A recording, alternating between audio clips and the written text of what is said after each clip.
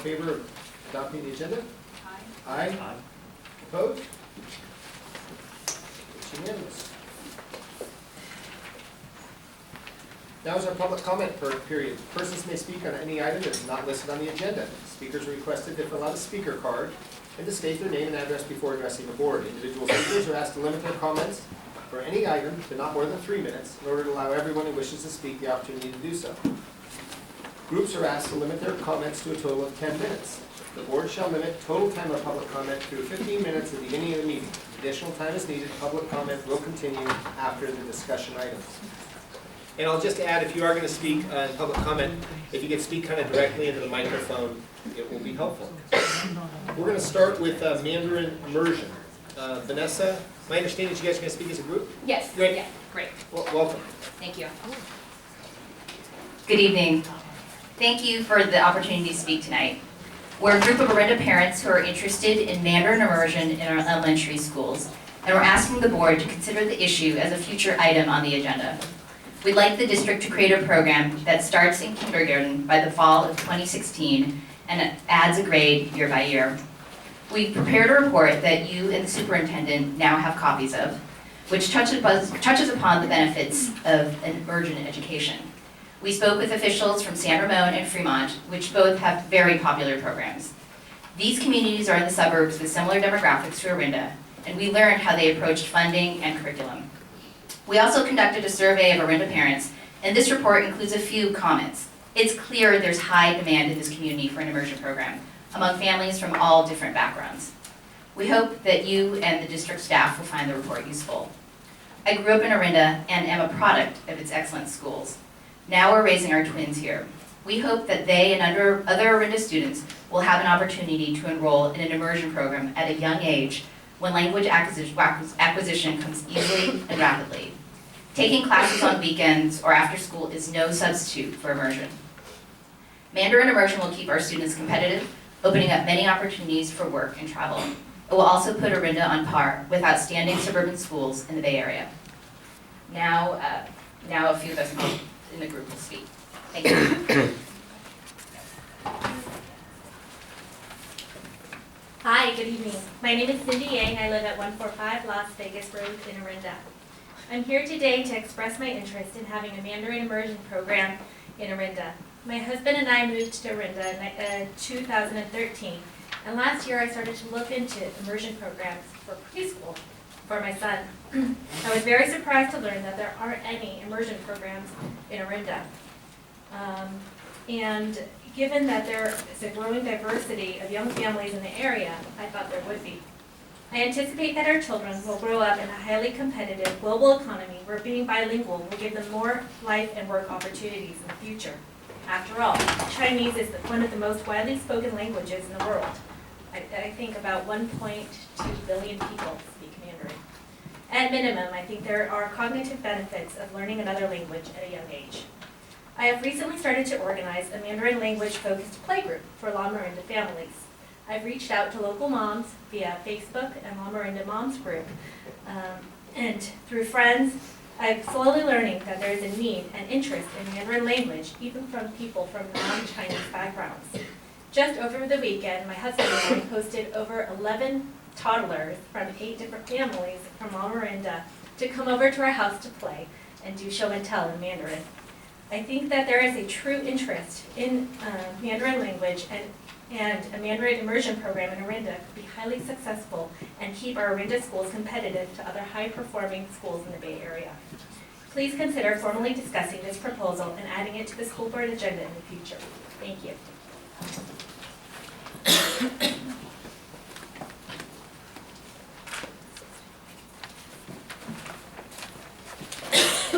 Good evening, my name is Christiana Tom. I live at 5 Aqua Vista in Orinda. I'm a new resident of Orinda. We have been here almost 3 years now. My daughter's a kindergartner at Sleepy Hollow and loves it there. We also have a preschool-age daughter. I grew up just on the other side of the hills in Oakland. My dad's side of the family has been in the United States since 1897. My mom emigrated here at age 18 from Hong Kong. Even though my dad was born here, his conversational Cantonese skills are excellent. He can even carry conversation in Mandarin because he took several Mandarin courses at Cal. Being bilingual was always encouraged as I was growing up. However, as a child, I never thought it was cool to be bilingual. I wanted to identify myself as an American as much as possible. My siblings and I attended an after-school Cantonese program that was offered at a public elementary school in Oakland. I attended from grade 2 to 6. I learned how to read and write basic to intermediate level Chinese. And I remember going to Hong Kong and China and being proud that I could read the signs and restaurant menus. Fast forward to present day, and being bilingual is actually very desirable, even to children. Mainstream kids shows such as Sesame Street, Dora the Explorer, Ni Hao Kai Lan are exposing children at young ages to different languages. My youngest daughter, who turns 4 on Wednesday, has already expressed a strong desire to learn different languages. The preschool that my family has been a part of for 4 years has become an official Spanish immersion preschool. Our Sleepy Hollow kindergartner has been in the Spanish immersion program all year and has thrived there. I'm currently searching for a Mandarin immersion school for my youngest because she wants to learn Mandarin and I don't know enough to teach her. There is a Mandarin immersion charter school in Oakland that my friends' kids attend, and they rave about it. However, the lottery pool to attend for 2015 was overwhelming, and I think it's only 10% of the new non-Mandarin speaking applicants gained admission for fall 2015. I'm actually contemplating putting my daughter in a Mandarin immersion preschool for 1 year before kindergarten so she can have an ever slight advantage of getting in. This came up in conversation at a play date at my next door neighbors one day, and their family is already fluent in Spanish, but their 5-year-old daughter has expressed an interest to learn Mandarin as well. And 2 households to the left of them also expressed that they would attend a Mandarin immersion school if there was one available locally. This is the day and age we live in. Orinda families have the economic advantage of being able to travel internationally and teach their children to become global people. Not to mention having language skills is appealing on resumes. For my children's future, I want them to feel that being American is inclusive of them knowing as many languages as possible. Thank you.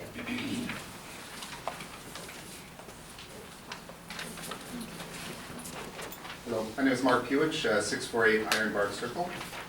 I'll keep it short. We have 2 children that are in preschool right now.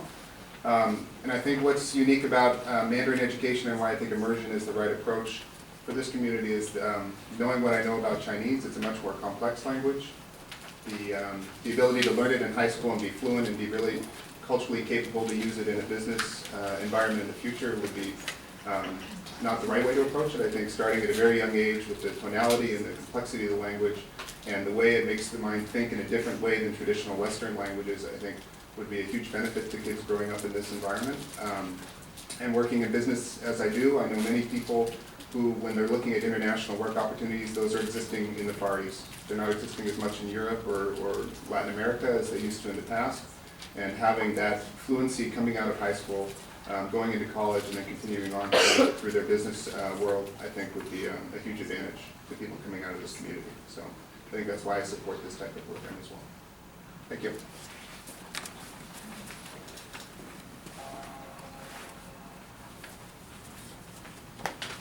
Hi, my name is Jeannie Huangwei, and I live at 12 Charles Hill Circle in Orinda. So my daughter will be going to a Mandarin preschool starting this fall, and I've actually contemplated keeping her in preschool for 2 years and trying for the lottery or trying for openings in public schools that do have Mandarin. I am a product of a public school system my whole educational career, and I came to the United States and learned English through English immersion, if you will. So I know Taiwanese, Mandarin, and then English, and then as a U.S. Peace Corps volunteer, and also Japanese, but as a Peace Corps volunteer, because I had that ability to learn languages, they sent me to Hungary, which is Finno-Ugric as a language and considered one of the most difficult languages to learn. So there's lots of different uses for this, and it's not necessarily just for language. It affects math ability, creative skills. We are so proud of Orinda and this community, and it would be wonderful to see an immersion program flourish in Orinda. My stepdaughter has actually been in Spanish immersion from kindergarten in Berkeley. So, and then the other thing is that Chinese, Mandarin Chinese, is considered a critical language for national security purposes. The other ones are not as obtainable for us, but from a school district and public welfare standpoint, there would be a value in exploring this further.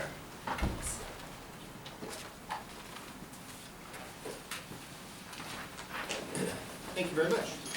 Matt, I just wanted to say thank you for bringing that to our attention, to all the speakers, and you're welcome to also email us as individual board members. Our contact information is on the website.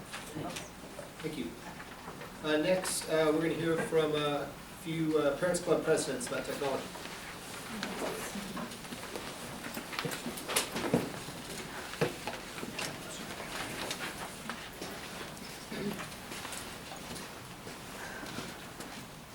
Hi, I'm Nicole Radlow at 23 Heather Lane. I am here on behalf of all the Parents Club presidents in our district. I'd like to read you a joint statement for your consideration. Thank you. With the new Common Core and Next Generation Science standards taking hold in our district, it is imperative that we have many more computers in the classroom than we have today to critically enhance our students' learning experience. The Parents Clubs are committed to the very challenging task of raising the funds to purchase the devices needed, but these devices will require district resources to support them. We ask the district also to commit to support the district's technology future. As stated in the OTAC report under technical support needed, objective number 1 is to create a true technology department that will lead and support Orinda students and staff in the 21st century. This support should come in the form of more on-site technology aids, another teacher technology coach, and better, more infrastructure. We feel this is a very high priority right now, and we ask you to add these resources to next year's budget. These resources would go a long way towards restoration of the district's services cuts that happened several years ago. We would be happy to meet with you individually or collectively to discuss what those specific needs are of the schools in the coming years. Thank you for your consideration.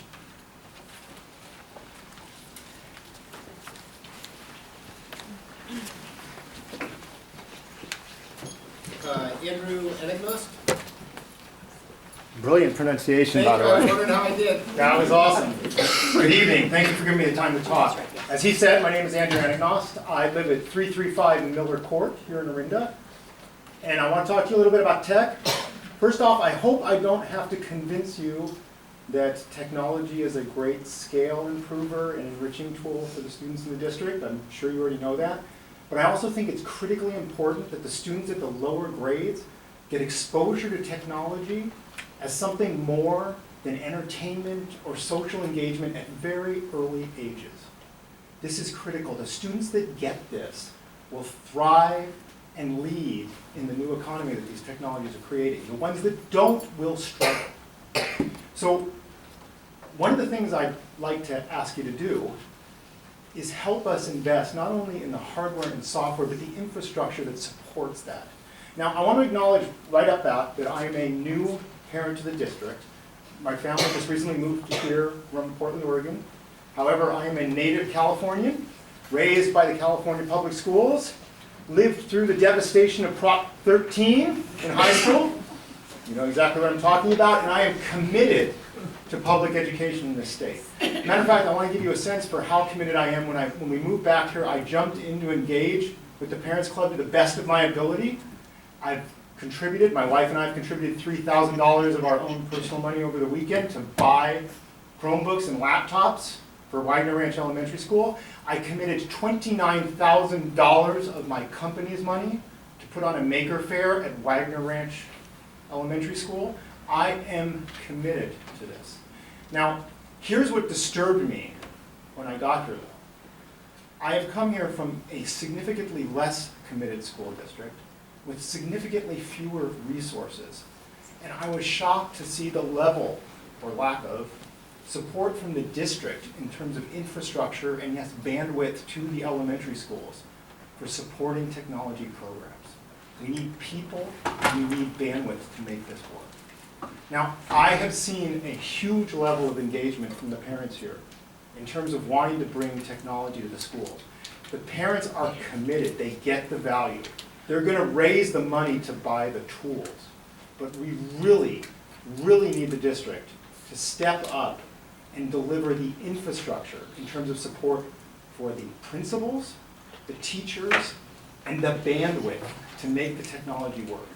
So that's what I just came here to say tonight. I want to implore you to make that part of the budget moving forward this year so that you can capitalize on the efforts that the parents are doing to bring the tools to the campuses. So thank you very much. Thank you.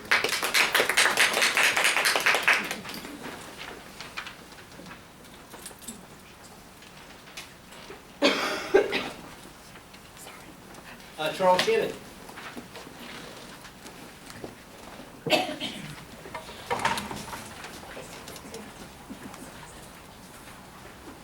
Good evening, my name is Charles Shannon. I'm speaking as an individual. I teach second grade at Orinda Elementary School.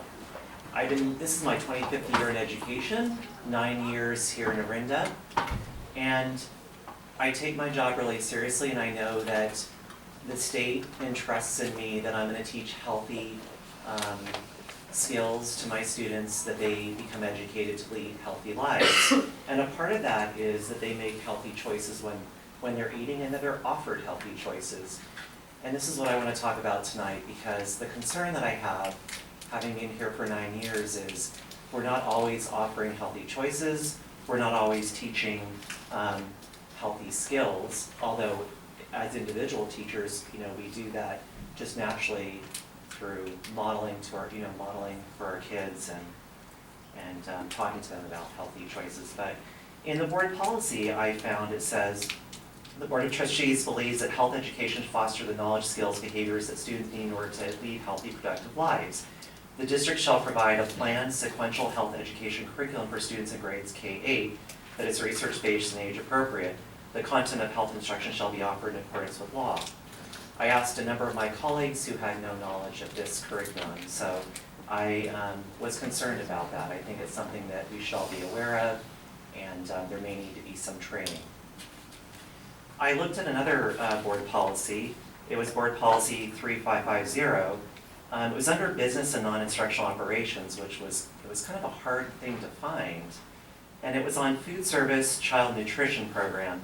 And within it, it said that foods available on school premises shall be carefully selected as to contribute to students' nutritional well-being and the prevention of disease, meet or exceed nutritional standards specified in law and administrative regulation, be prepared in ways that will appeal to students to retain nutritive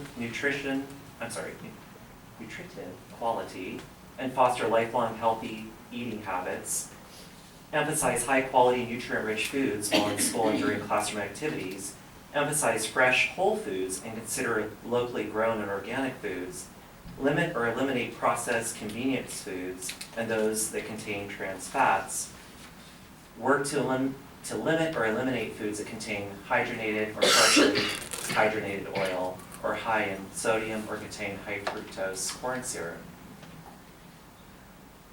Now, at my back to school night, I tell my parents about my own personal policy on the kind of foods that are brought to school for class parties.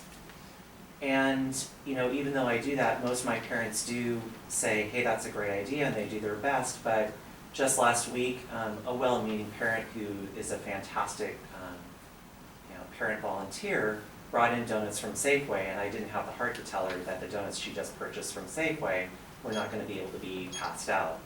So I think it's something that we really need to take a look at. We already have great policy. We really need help to educate our parents and to work with our teachers and have principals to help us enforce those so that we're not in an awkward position of telling a parent who just bought donuts at Safeway, I'm sorry, this doesn't meet our nutritional guidelines that are set out clearly in the board policy.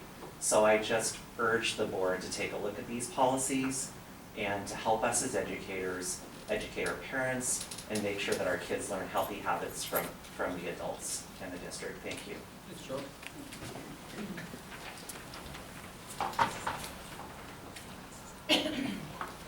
So every other speaker card I have is for extended day kindergarten, which is on the agenda. Are there any other, did I miss anything? Okay, thank you very much. Next are our recognitions for our employees of the month for March. And the first one is going to be Connie Boera. Connie, come on up. Connie is the OIS attendance clerk. She's our classified employee of the month for March of 2015. As the attendance specialist, Connie maintains the attendance records for over 900 students at Orinda Intermediate School, and she does this with a consistently positive attitude that is truly infectious. The impact of her demeanor is tremendous, as she is often the first point of contact for most visitors to OIS. She manages the front office with aplomb and welcomes all who enter while simultaneously attending to the needs of students and staff members. Thank you very much, Connie. Thank you.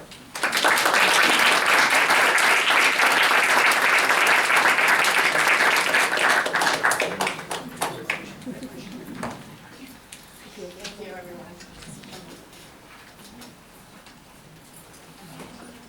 Next is Barbara Gunderson. Barbara Gunderson is an OIS core teacher. Barbara continually demonstrates her unwavering commitment to the teaching profession as an 8th grade core teacher at Orinda Intermediate School. She collaborates regularly with colleagues to ensure its rigorous, engaging, and standards-aligned curriculum for all students. Barbara has been a BTSA mentor, a member of various district-level committees, and an eager participant in professional growth opportunities over the years. And she has never hesitated to share the wealth of knowledge she has gleaned along the way. Thank you.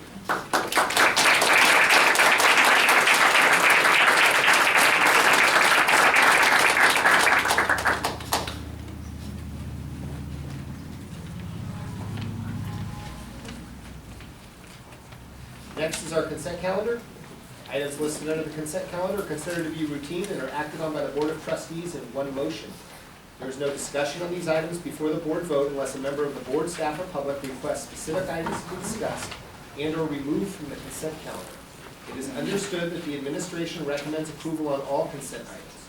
Each item on the consent calendar approved by the board shall be deemed to have been considered in full and adopted as recommended. Can I have a motion to approve the consent calendar? I move to approve the consent calendar. And a second? I'll second. All in favor? Aye. Aye. Opposed? That's unanimous.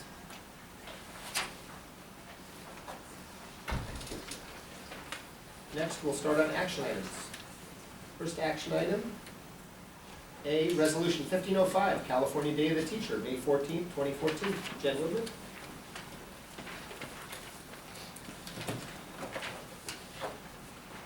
It's my pleasure to review the following two resolutions this evening. Our district is only as strong as its employees, and tonight we'd like to recognize these employees who make a positive difference in the life of every student every day. The first resolution is to honor the tremendous work of our talented and dedicated teachers. Our teachers build character, set high expectations, engage parents as partners, are results-oriented, deliver quality teaching and learning in a safe and secure environment, and continuously improve their practice. We would like to declare through this resolution that we recognize our teachers on California Day of the Teacher, which will occur Wednesday, May 13th, 2015. The second resolution is to recognize the hard work and dedication that our classified school employees bring to their job every single day, supporting our district and students for the Orinda Union School District. These employees work the front line. They are goodwill ambassadors, strategic organizers, creative problem solvers, and care providers. What they do improves the lives of students and staff every day from beginning to end. We would like to declare through this resolution that we honor all our classified school employees during the week of May 17th to May 23rd, 2015. Thank you. Any discussion from the board?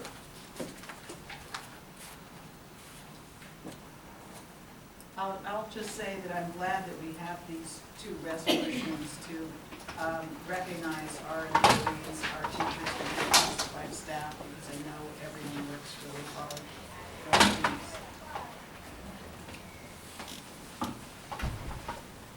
This item is on for action. All right, any comments from the public? Charles Shannon, OEA President. As OEA President, I just want to commend teachers and classified staff for all the work they do. It's truly impressive, all the time and commitment they put into it.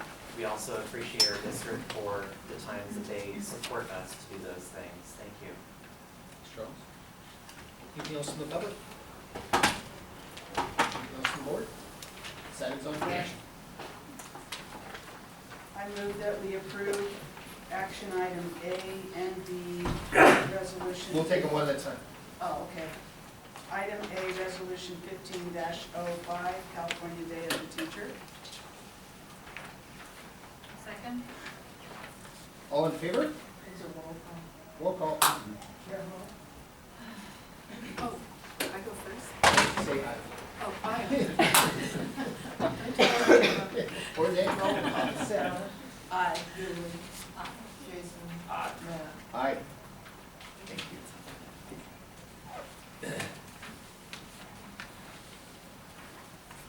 Next, resolution B. I move that we adopt resolution B, 15-06, classified school employee leave. I'll second that. So, Carol? Aye. Julie? Aye. Sarah? Aye. Jason? Aye. Matt? Aye. Thank you very much. Next is item C, resolution 1507, certificate of signatures. Ms. Sivier?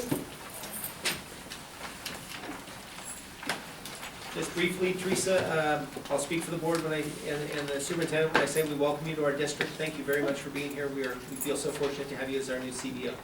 And congratulations on your first board meeting. Thank you very much. As Mr. Moore has mentioned, my name is Teresa Sidrian. I am the new Director of Business Services for the Orinda School District, and it is a pleasure to be here. I'm here tonight to get approval of Resolution 1507, Certificate of Signatures, because I did accept the position and I'm new to the district. We require a revision to our certificate of signatures, and everyone had to sign, including myself. So I am recommending the board approve the authorization for signature resolution. Thank you. Discussion from the board? Comments from the public? Charles Shannon, OEA President. Teresa Sidrian, I just want to welcome you to the district on behalf of the teachers. We really do look forward to working with you and developing a relationship, so welcome. Anything else from the public? This item's on for action. I move that we adopt resolution 1507, certificate of signatures. Second? Sarah? Aye. Carol? Aye. Julie? Aye. Jason? Aye. Matt? Aye. Thank you. Next is item D, Orinda Education Association, initial proposal on collective bargaining topics for 2014-2015 public hearing. So I would like to talk to you about opening negotiations for the new school year, 2014-15. It's not so new for the for the existing school year, between the district and our unions representing certificated and classified employees.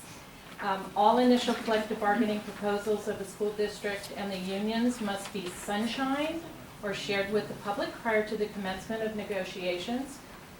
So therefore, I am presenting these agenda bills. Let me just call your attention to a revision for the first agenda bill, which is the agenda bill between OEA and it's the OEA initial proposal on collective bargaining. There in the section on analysis and discussion, if you will omit the last sentence that starts OEA has chosen to reopen. And you should have received the revised agenda bill already, and the revised agenda bill for the public's interest is in the packet that's offered in the back of the public copy. So as part of this opening, the OEA OUSD collective bargaining agreement stipulates that salary and benefits are mandatory subjects of bargaining, but in addition, the OEA and the district each have 2 additional articles that they can request, and these may be reopened for negotiations. And this year, each team is requesting that in addition to salary and benefits, teaching hours and leaves be negotiated. And that is what is outlined in the 2 agenda bills, the first one being the OEA initial proposal, and the second one being the district initial proposal. Thank you.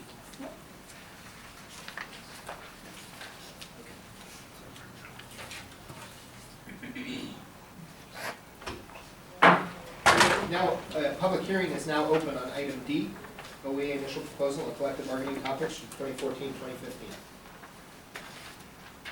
Hey, Charles Shanoe, President.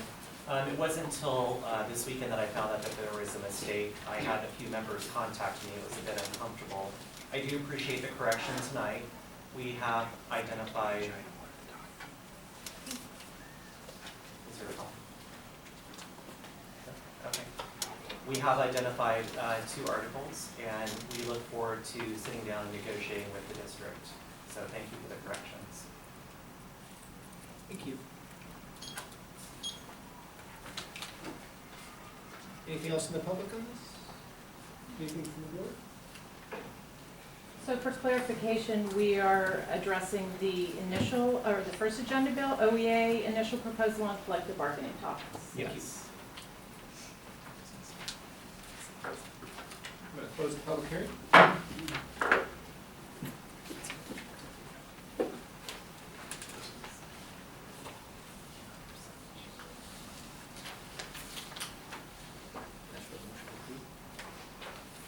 So I'll accept a motion to approve item D. I move that we approve action item D, OEA and proposal on collective bargaining topics for 2014-2015. So seconded. All in favor? Aye. Aye. Opposed? That's unanimous. We'll now go on to item E, Orinda Union School District initial proposal on collective bargaining topics for 2014-2015 with the Orinda Education Association. Okay, this agenda bill represents the district's initial proposal to OEA on collective bargaining topics.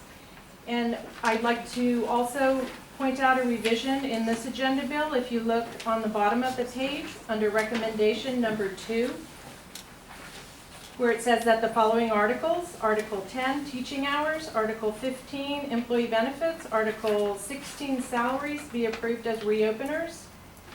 We are inserting the words Article 11 after the words teaching hours, Article 11 leaves, to be consistent with the analysis and discussion and the topics that we are requesting be reopened for negotiations.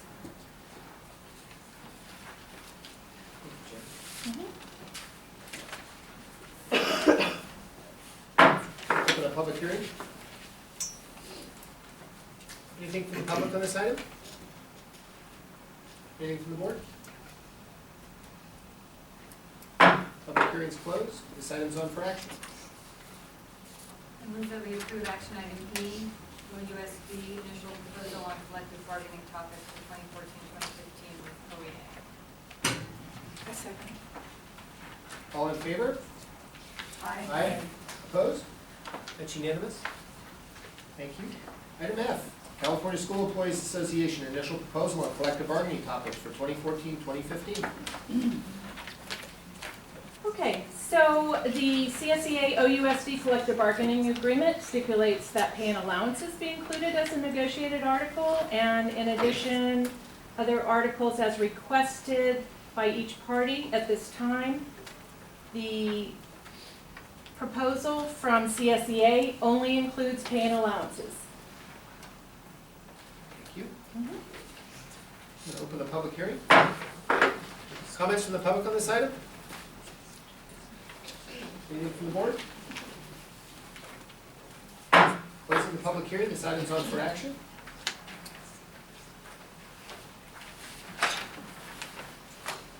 I I move that we approve action item F, CSEA initial proposal on collective bargaining topics for 2014-2015. I'll second. All in favor? Aye. Aye. Opposed? It's unanimous. Now we're on to item G, Orinda Union School District initial proposal on collective bargaining topics for 2014-2015 with CSEA. Similarly, the district's initial proposal to CSEA is that pay and allowances be sunshine for negotiations for 2014-15. Public hearing is now open on this item. Any comments from the public? Anything from the board? Public hearing is closed. This item is on for action. I'll move that we adopt item G, Orinda Union School District initial proposal on collective bargaining topics for 2014-15 with CSEA. Second? All in favor? Aye. Aye. Opposed? It's unanimous. Thank you, Jen. We're on to action item H, Common Core State Standards Implementation Funds Expenditure Plan. Kathy Marshall? Good evening. In January 2013, the board approved the Common Core Standards Expenditure Plan. This expenditure plan came from the state who provided Common Core implementation funding. These were restricted funds that needed to be spent within a time period of 2 years. All funds must be spent by June 30th, 2015. With that in mind, we developed a plan in 3 areas: instructional materials, professional development, and technology. Those were the 3 required areas. At the time that we allocated funds of $499,995, we divided them up based on input within the community and from our various committees. Since that time, we have been expending the funds, and in order to ensure that we expend all the funds, we have looked at what we have encumbered between now and June 30th, and there is the potential that there would be $53,000 remaining in professional development that will not be spent. It will not be spent due to a variety of reasons. Most specifically, funds that were allocated for an intensive ongoing staff development with our math consultant did not reach the full allocation of the original contract. And we have reorganized some of our professional developments based on our substitute availability. We did provide a professional development report to the board in October on our activities, and we have been providing professional development in all areas, including Teachers College Reading and Writing Project. Mathematics has been supported through the trainings with the various pilot adoptions, so although we do not have our math consultant, we have been able to have some level of training through that process. We've had trainings in science, in history, social science, and technology. These trainings will continue, but we anticipate we'll have approximately $53,000 remaining in that category of professional development. Therefore, we are requesting that the board approve that any and all funds left over in professional development be moved to the instructional materials category to support the adoption of math materials, and to be sure that we expend all funds by June 30th. If we do not expend all funds by June 30th, then we lose the funds, they go back to the state. Thanks, Kathy. And it's 58,000, not 53, even with my glasses. So would that be a shift from the amount we talked about last time for the purchase of the instructional materials for math? Would that have to come out of just our books and supplies line item?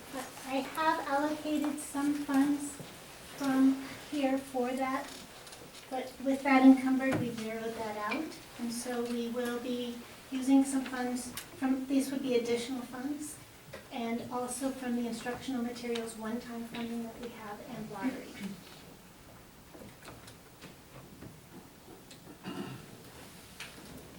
So So just to clarify, so this would be additional to what we approved last month for the math materials?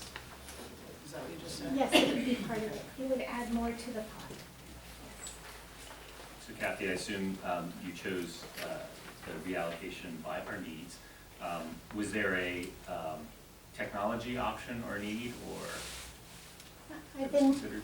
yeah, I've looked at all areas. I've been working with Raymond Marr in that area to ensure that he had enough funds to cover what was needed for the remainder of the year.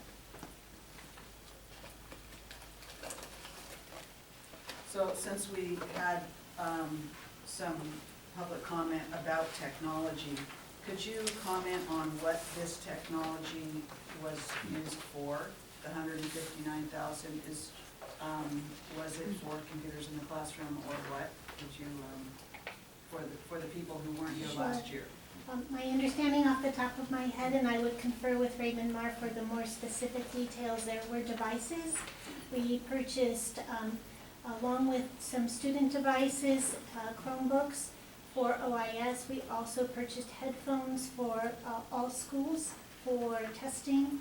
We have used some of that money for wireless infrastructure, and we've also used that funding for keyboards and the potential for additional tech support.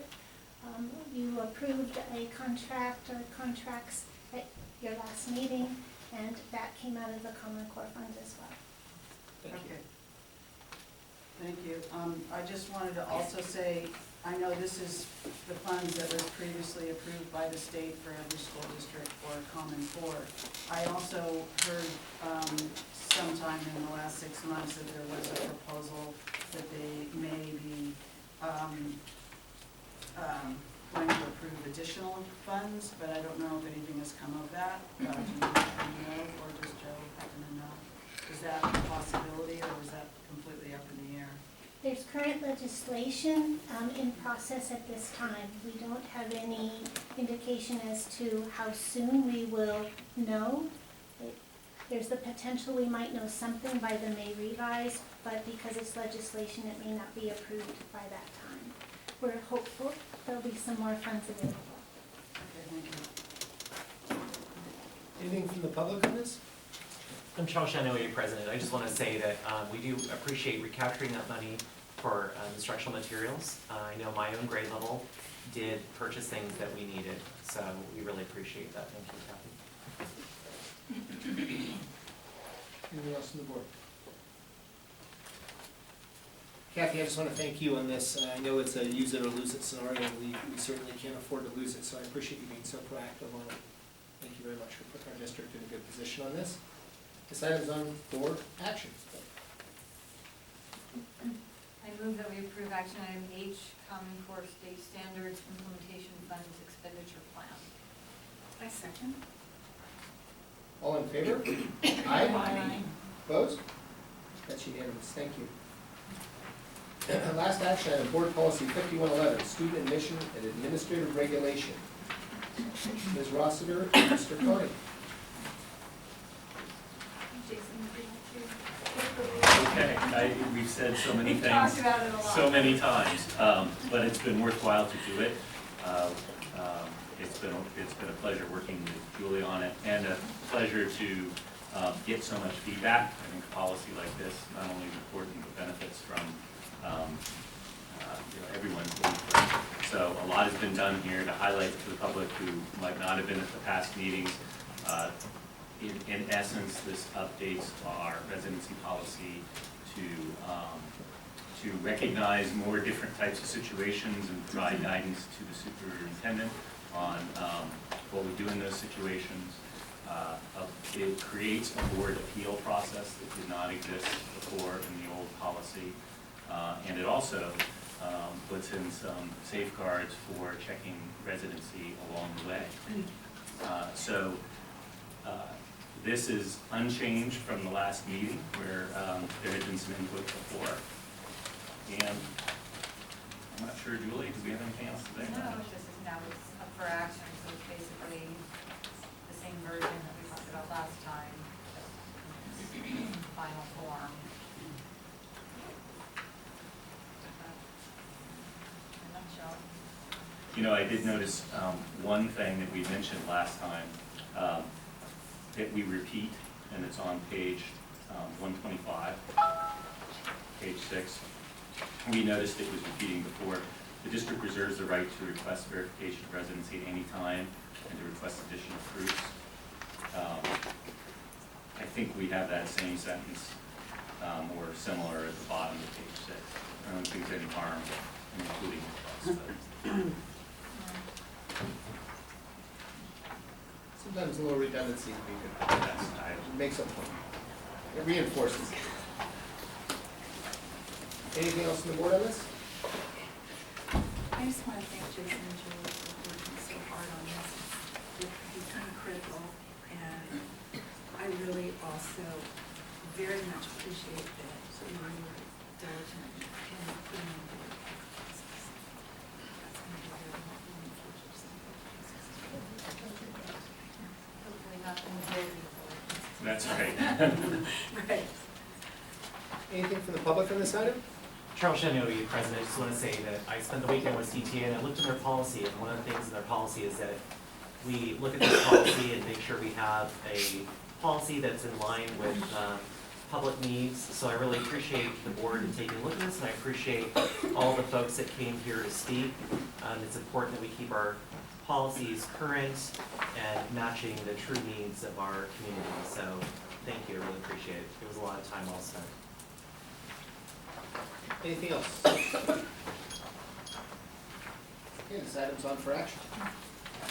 I move we adopt action item I, board policy 5111, student admission and administrative regulation. District residency. I'd like to second that. All in favor? Aye? Aye. Opposed? That's unanimous, thank you. Okay, we're on to discussion items. Discussion item A, extended day kindergarten report. Kathy Marshall. Okay, we're back again. I'm going to take about 15 minutes of your time to provide an overview of the committee's work since our last board meeting. This is a remarkable committee made up of 4 teachers and 2 parents across the district. I imagine that they're here tonight.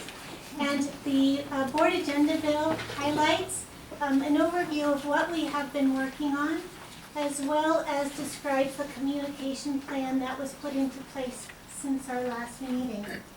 So our goal tonight is to provide you with information that will help you in your discussions for extended day kindergarten. The committee has studied research. We have looked at comparable districts. We have a proposed schedule to share in the cost analysis and the financial implications that we were able to gather. We also will highlight the impact on parent club programs and also the other models that we considered as a result of our work. And then we will also describe a little bit about what happens in an extended day program for kindergarten students. So when we looked at comparable districts, these districts that are listed in, I know it's small print, I wanted to fit it all on one page.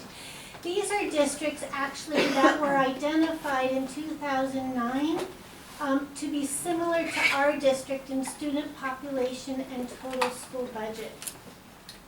So Orinda is at the top, and what we did was we looked at not only the type of schedule that the districts have, but what their class size was, their start and end time, the amount of minutes, and if they had instructional support in the classroom, and if so, what level of support. So Orinda is at the top.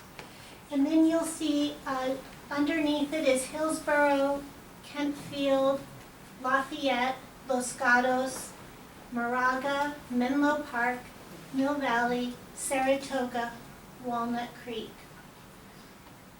That was perfect timing, wasn't it?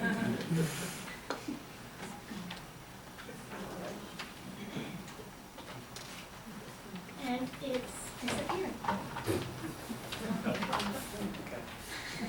Come on.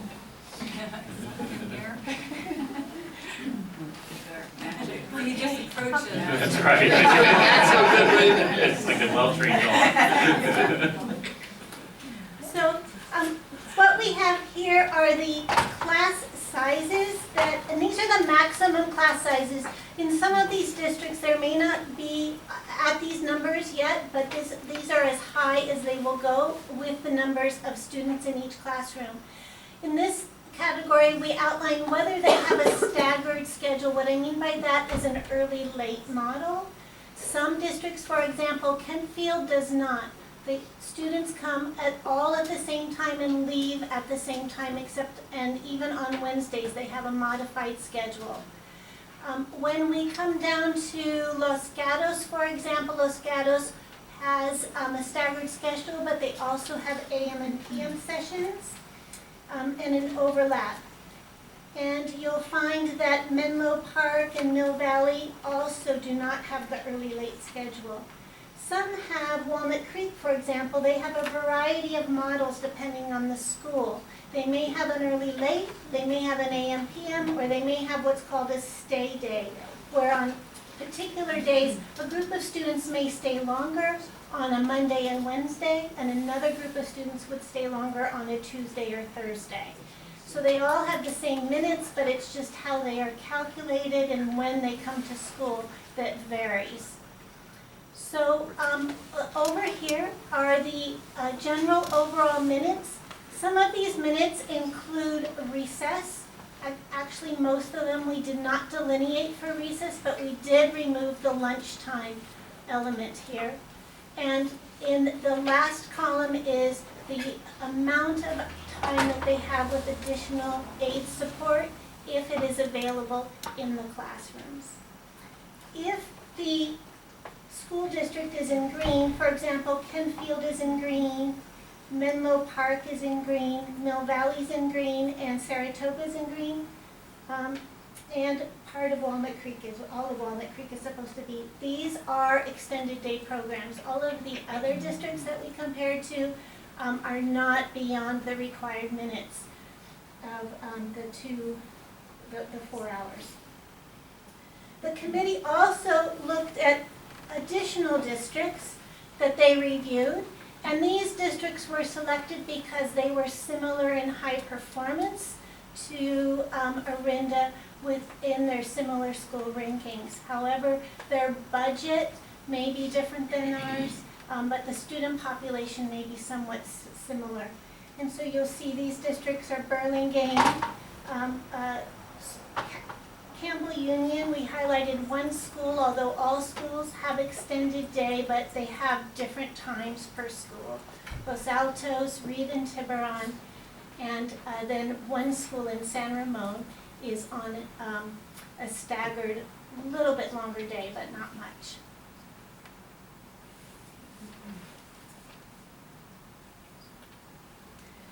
So the schedule that is before you is the same schedule that we have presented at the last meeting in March. It is the preferred extended day kindergarten schedule that the committee has studied and is bringing back for your discussion. It is a staggered schedule of early bird and late bird, and it is a schedule where it extends the time, the instructional minutes, to be longer than what we currently have. What is new in this schedule is that the committee has since March discussed that the first 3 weeks of school, they believe should have all students on the same time and the same schedule. This has been a practice that has been in place in our district for kindergarten and also for first, second, and third grade. We feel that the advantage for families and also for what happens in the beginning of the school year and getting students acclimated to coming back to school, especially young ones, and just learning how to be in school. It's very important to have that first 3 weeks at a different schedule. And so with that in mind, the schedule, same schedule, this is just the entire day with early and late combined, beginning at 8 o'clock and ending at 1:55. I share this slide with you because what the committee discussed in implementing the schedule are some things we would need to plan for as a district. We need to plan for a lunch setup because as you can see and as we've discussed in the past, the kindergartens would have a separate lunch. The committee has discussed how important it is for the kindergartens to have a separate lunchtime to learn how to socialize, to learn how to be together during this time and have somewhat controlled supervision. But because it's earlier, it does and can impact the setup of lunch in a multi-purpose room or wherever that eating is taking place, particularly with what the custodians need to put into place.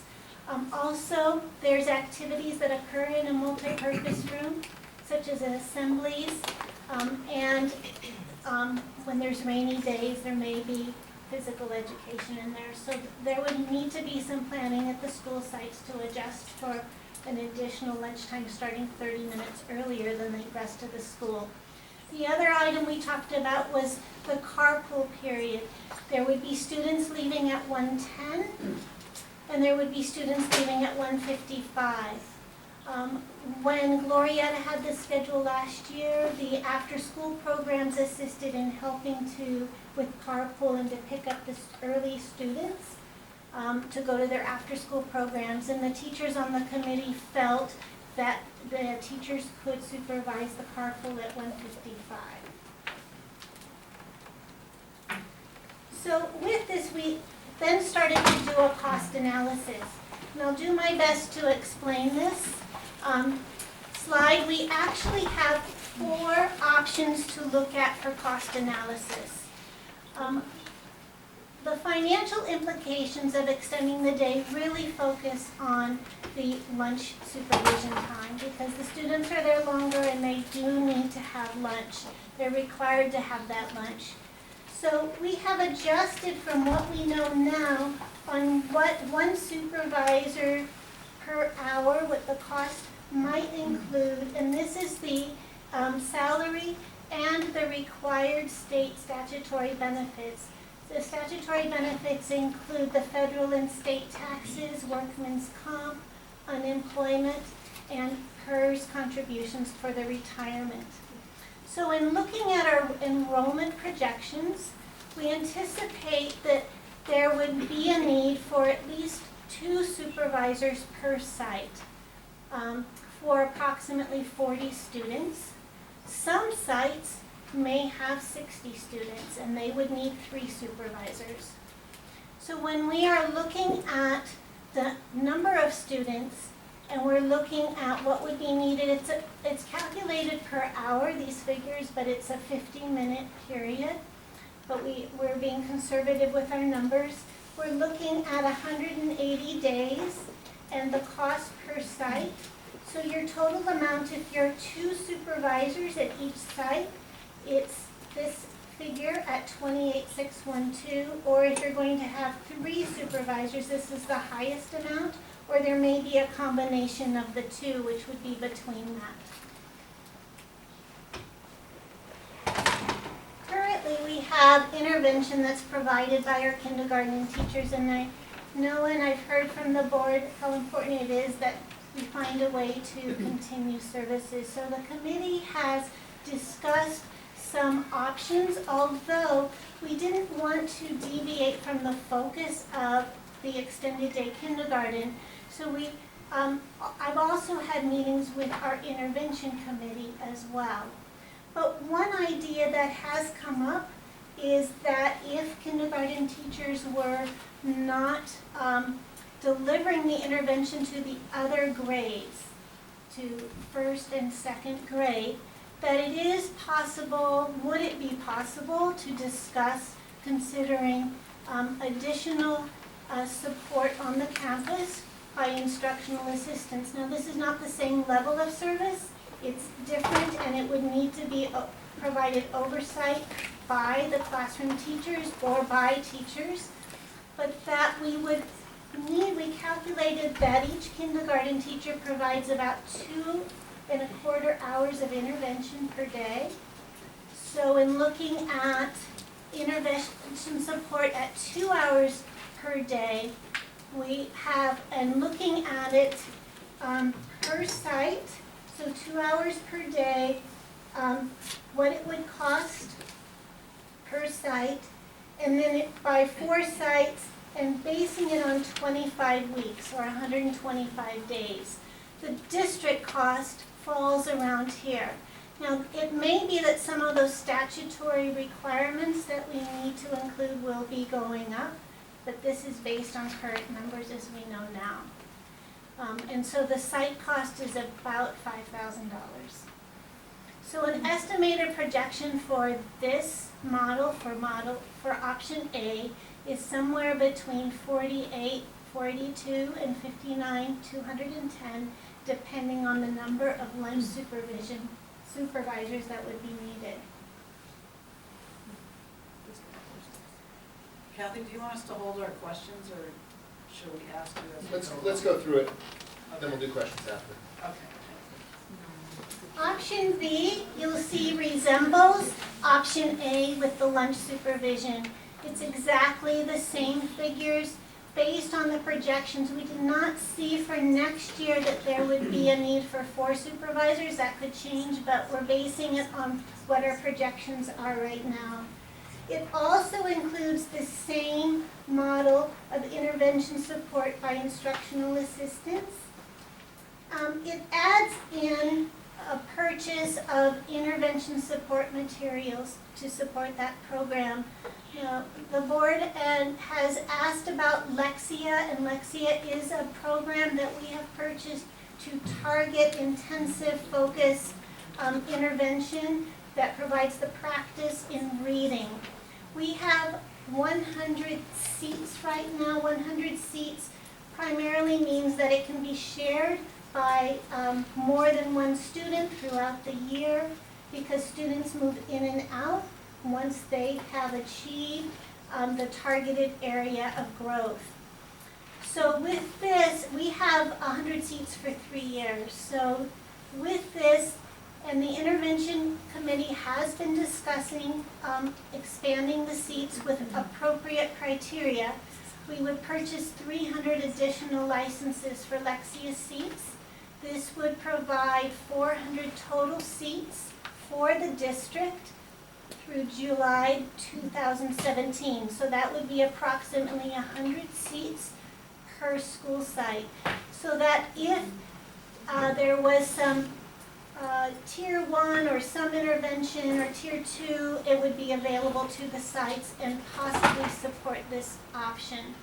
So with that addition, the projection ranges between 70,482 to 81,210. Option C has the same exact figures for lunch supervision. That doesn't change. What does change in here is that the intervention support is actually modeled through teachers. And so with that, much of the intervention would occur in the classroom by the student's own classroom teacher.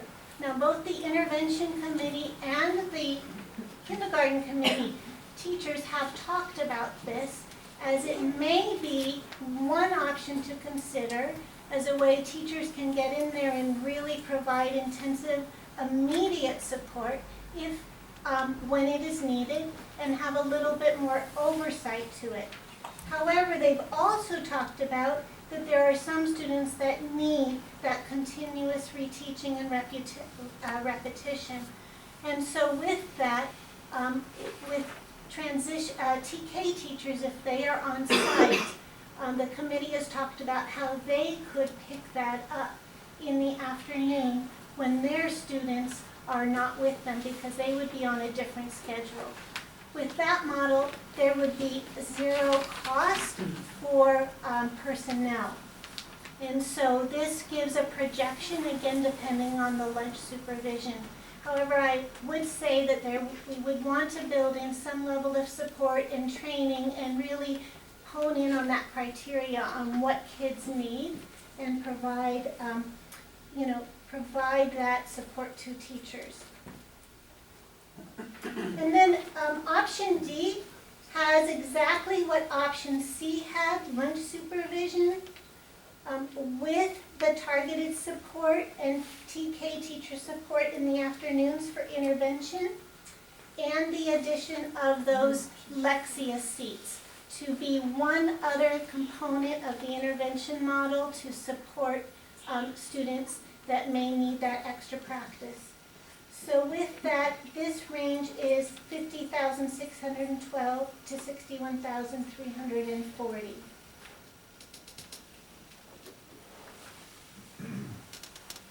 So those are the four cost analysis options that we looked at for implementing the schedule that was presented. As far as the tasks to be completed for the implementation, we know we've had discussions these past 3 months, and that communication has begun and is happening. It's happening right now.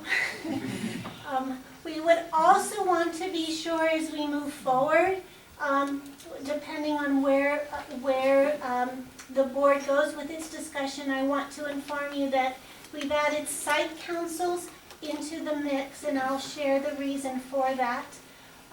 We would meet with bargaining units. Budget development would need to take place. And we would need to, under number 5, adopt a board policy for extended day kindergarten.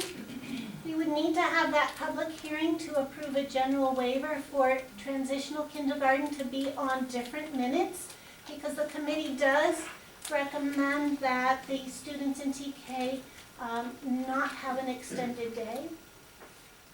And the reason that you see the purple for site councils and bargaining units and public hearing is because those are requirements for submitting the state waiver for transitional kindergarten to maintain the current minutes. I have May 11th down because that is the next board meeting. What I want to share with you is that the state waiver is a 2-month process, and our calendar doesn't necessarily align with the State Board of Education's calendar. So what would occur in order for us to go through the process to receive the state waiver, we would have to do all of what's in purple and then submit to the state. And with that 2-month process, having this happen on May 11th, we wouldn't make the July meeting. The state board does not meet in August. They do meet on September 3rd. Because we are, the committee has talked about those first 3 weeks being really critical for students to be on a common schedule that would align with TK. The information from the state is that they let us know immediately that they do not see that as an issue if we were brought to the state on September 3rd and started in September, because our application is in process. The other alternative is to complete all those tasks before April 29th to make the July state board agenda. So I share that with you because that is part of the discussion that you might want to have moving forward. The other items on these tasks to be completed are to communicate the schedule to incoming families and then to plan for staffing for next year, and then master scheduling. So we have had informal discussions with parents clubs. Our parents have had these discussions and our teachers on the committee. And our primary questions have been, what will the impact be on your after-school programs? Should there be an extended day? And what we've learned is that for all of our programs, there is an impact. For those of you that can't quite read it, for Del Rey, it's I can't even read it. It's about $5,000. They've indicated Glorietta's 17, Sleepy Hollow 17, and Wagner the most at 25. However, most of them have felt that the decrease in the Spanish revenue and or the after-school programs could be made up in the lunch program because the students would be participating in the lunch program if they're having lunch at school. Wagner Ranch, however, has indicated they would be the most impacted because that's their main fundraising, and it is the highest amount. Again, this was informal, the committee just gathering information. So with that information, we did consider other models that we referred to as phase-in models. They were not the preferred model, and the committee teachers went back and discussed these models with kindergarten teachers at their school sites. And everyone still went back to the preferred model, but we wanted to share these with you so you would have all options on the table. The phase-in models that we discussed were to implement the Glorietta's model for a staggered day that Glorietta had in place last year. And what that day was that it was a longer day, but it did not have additional instructional minutes. It did have the lunch in play, and it did start at 8:45. With that, the kindergarten teachers provided intervention between 8 and 8:30. The students left at 1:55, the last late birds. And the transitional kindergarten students maintained the same number of minutes as kindergarten students. So with that phase-in model, on a phase-in schedule, the staggered day would be about the same amount of minutes that we have now, 210 minutes. So the additional time would be 45 minutes for lunch. On an extended day model that we've been discussing, it's actually an additional 35 minutes of instruction plus the 45 minutes of lunchtime. Again, with the first 3 weeks of school, all students coming at 8:45 and leaving at 1:10. So the two phase-in models using this schedule look like this. Phase-in model 1 would start the day as a staggered schedule, so start the year on this schedule with lunch, but not begin the extended day kindergarten schedule until January 2016. And so with that, there was an outline of the tasks that we discussed that would be done in the fall. From planning for budget, adopting the policy, holding the public hearing, meeting with bargaining units, and assessing facility needs for anticipated enrollments, and submitting the application for the state waiver. Still, the cost of lunch supervision. And by January, beginning the extended day kindergarten, the kindergarten teachers would provide the intervention between August to December, and in January there would be a plan in place to begin, and the TK teachers would support that at each site. Their classes would be set, and the cost for this would need to be yet to be determined, depending on the intervention model. The phase 2 model discussed was over a 2-year period. Again, that same schedule. But this schedule here, the longer day without the addition of instructional minutes, would be for the year 2015-16.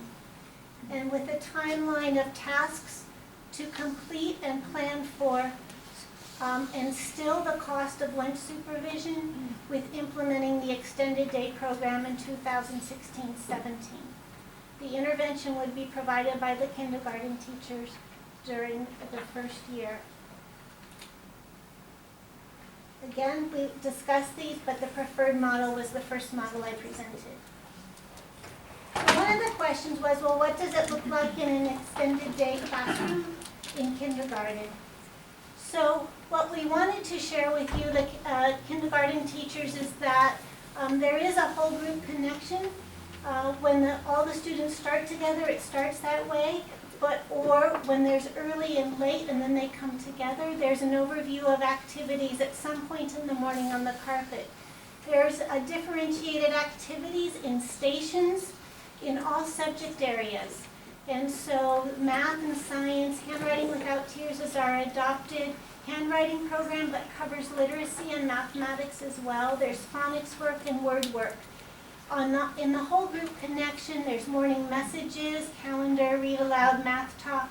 There's music, readers workshop and writers workshop, and the introduction of iPads and technology and science and writing happens throughout the day. The afternoon would also add in, which takes place now, but not at the same level that it could, in enrichment. With music and art, the Think First program for character ed, hands-on science, and choice time self-chosen activities. Choice time is the time when students move from activity to activity and they choose at their own pace what they're going to work on. Throughout the day, as I mentioned, they're learning how to be students. So we can have all this talk, but we really thought that you'd want to see what a kindergarten classroom in Orinda looks like.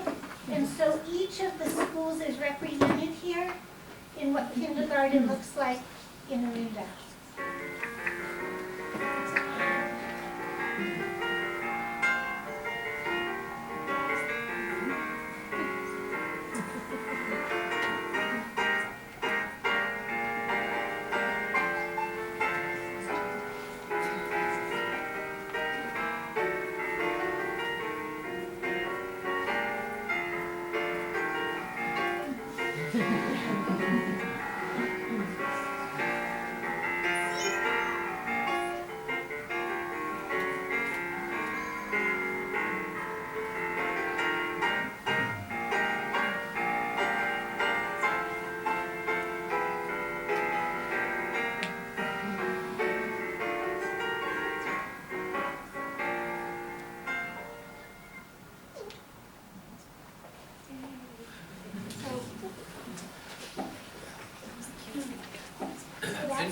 I know we have a lot of people standing in back.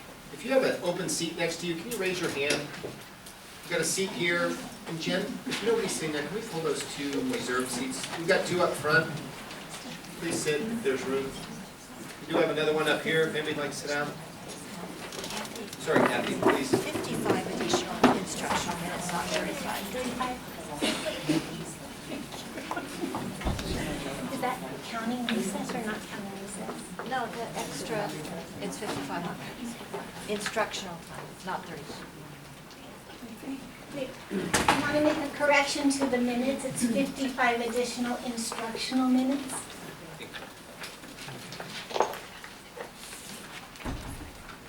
Really appreciate the presentation, Kathy. It was great, especially the We have to thank Patsy Templeton for her help with that and all the teachers. Any questions or comments from the board?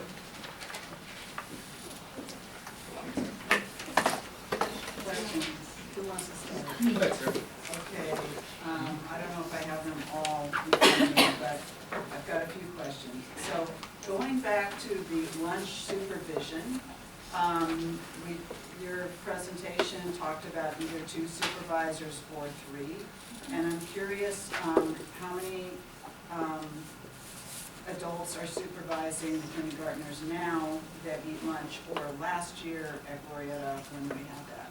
How does this compare to what we've done? So we based the lunch supervision on last year's model, actually, with one supervisor per 20 students, so with one classroom. So if we have 2 classrooms of kindergarten students at 40 students, there would be 2 supervisors. Yeah, okay. Just, it's, obviously you need 1 for 20 students, but to just keep going up proportionally, I was just curious, do we definitely need 3 if you have 60, or is there any, way we could, I don't know how much you've gone through these numbers. I don't know if first graders would be there or not. This is just kindergarten only? Yes. Okay. So This would be just for kindergarten, having a separate lunch period. Okay, so there's no other adults there except whoever's working in the lunch program? We're required to provide a duty-free lunch for our teachers, so we bring in supervision during that time.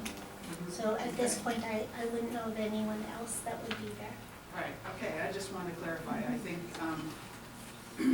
this is great to have The all. principal's usually there, I should say. Oh, the principal's usually there? So would these be like kindergarten instructional aides who are staying extra to work, or other aides that are already in classrooms? Is that the idea for how this? The committee has talked about that when it's the same aide that's in the classroom who knows the students and knows their needs, that's the ideal lunch supervisor for that particular class. So we would hope that it could be the same person. And you're not limited contractually with letting them stay and work lunch duty?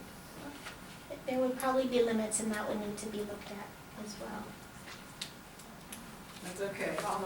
I just want to say for the audience, I think the idea of doing extended day kindergarten is a good thing. I just have some questions about the details of the presentation. So, let's see, then, okay, intervention support. There was a slide back before you started on slide B, option B, where you were explaining the intervention support dollars. I think it was option A, like back one slide. Yeah, okay, this one, where you explained the dollars for intervention support by aides. Then you made some reference, of course, of using teachers, but I wasn't completely following you on that. Were you saying are there teachers that are being available? Is that part of this option A or not? I wasn't clear what you meant.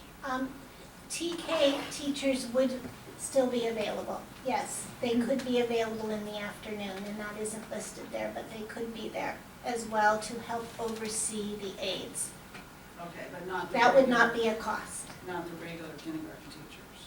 They would be in class. They would be in class, okay. And the TK teachers are only, we're only doing TK probably at 2 sites, right? Or, we don't know yet. We don't know yet. It might So not that would be a necessarily all variable. sites. So that would be,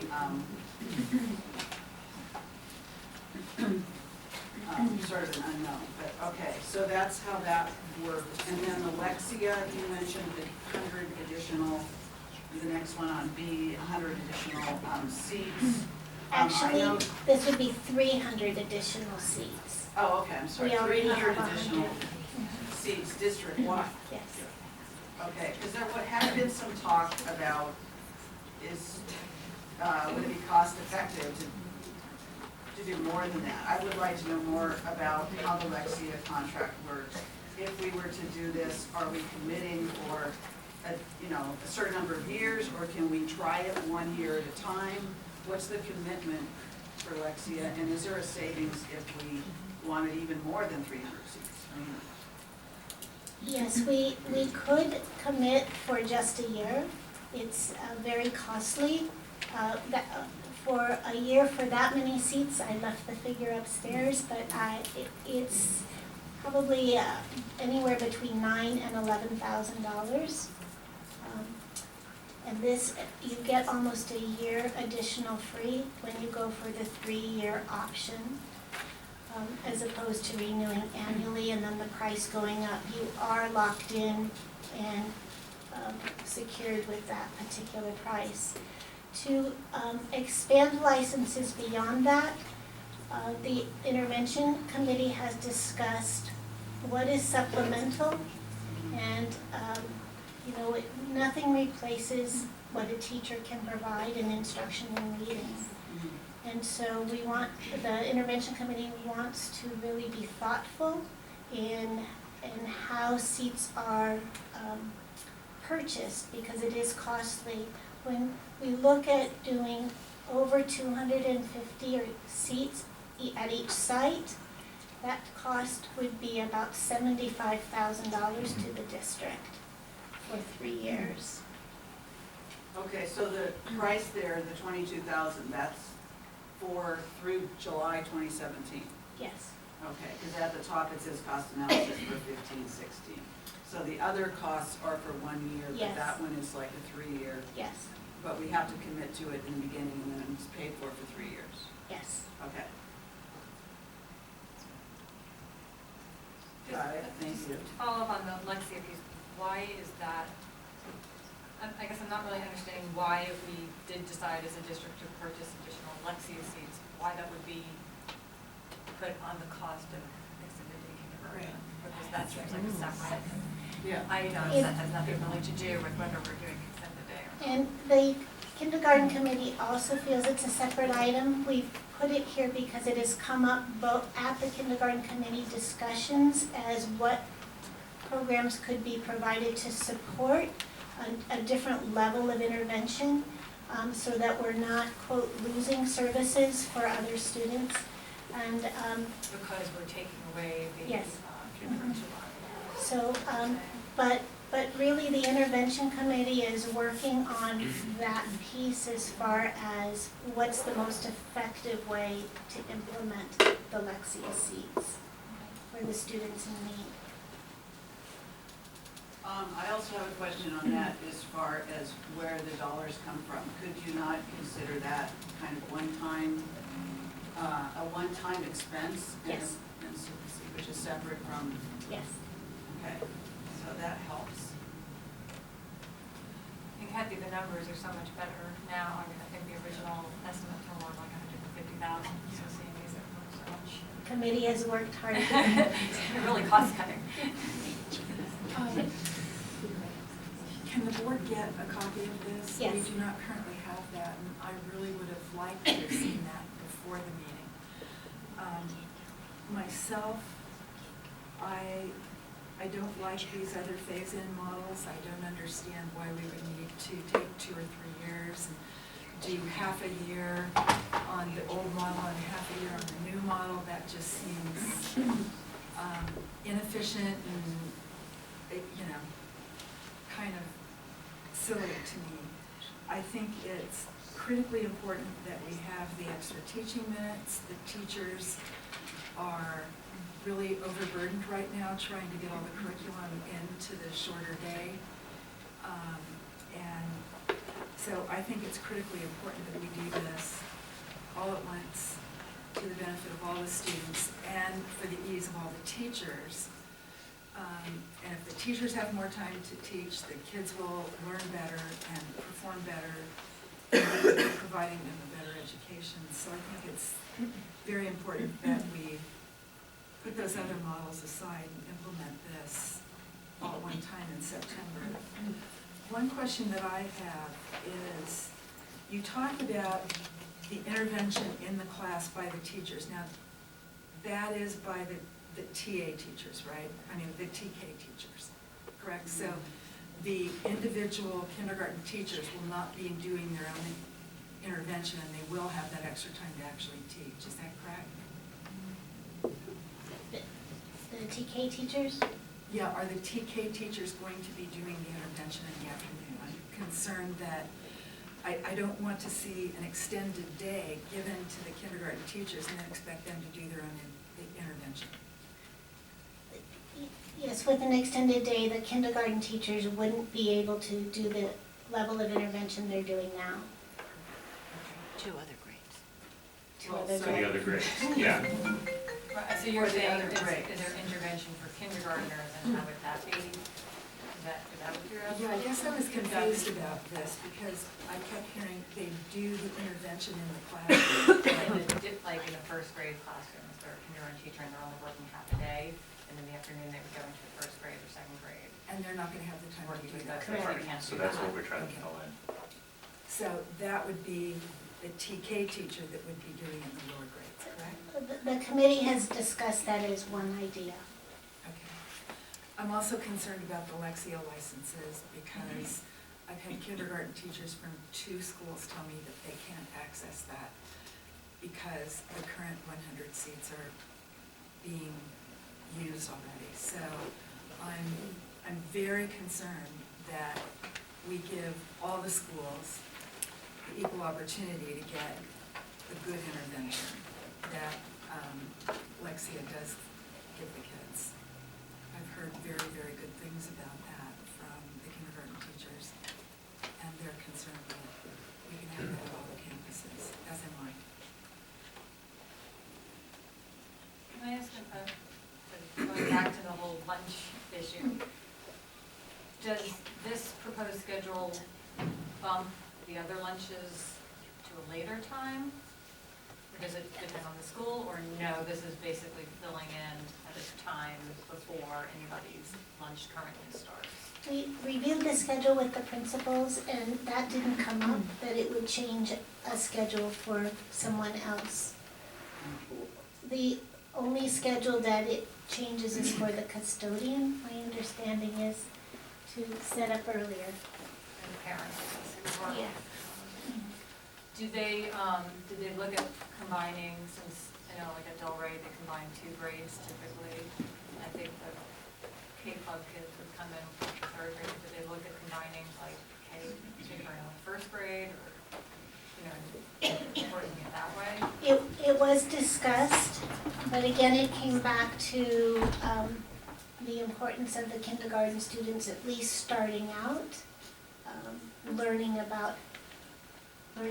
habits and behaviors for a positive lunch experience. So that was the discussion, to have it separate.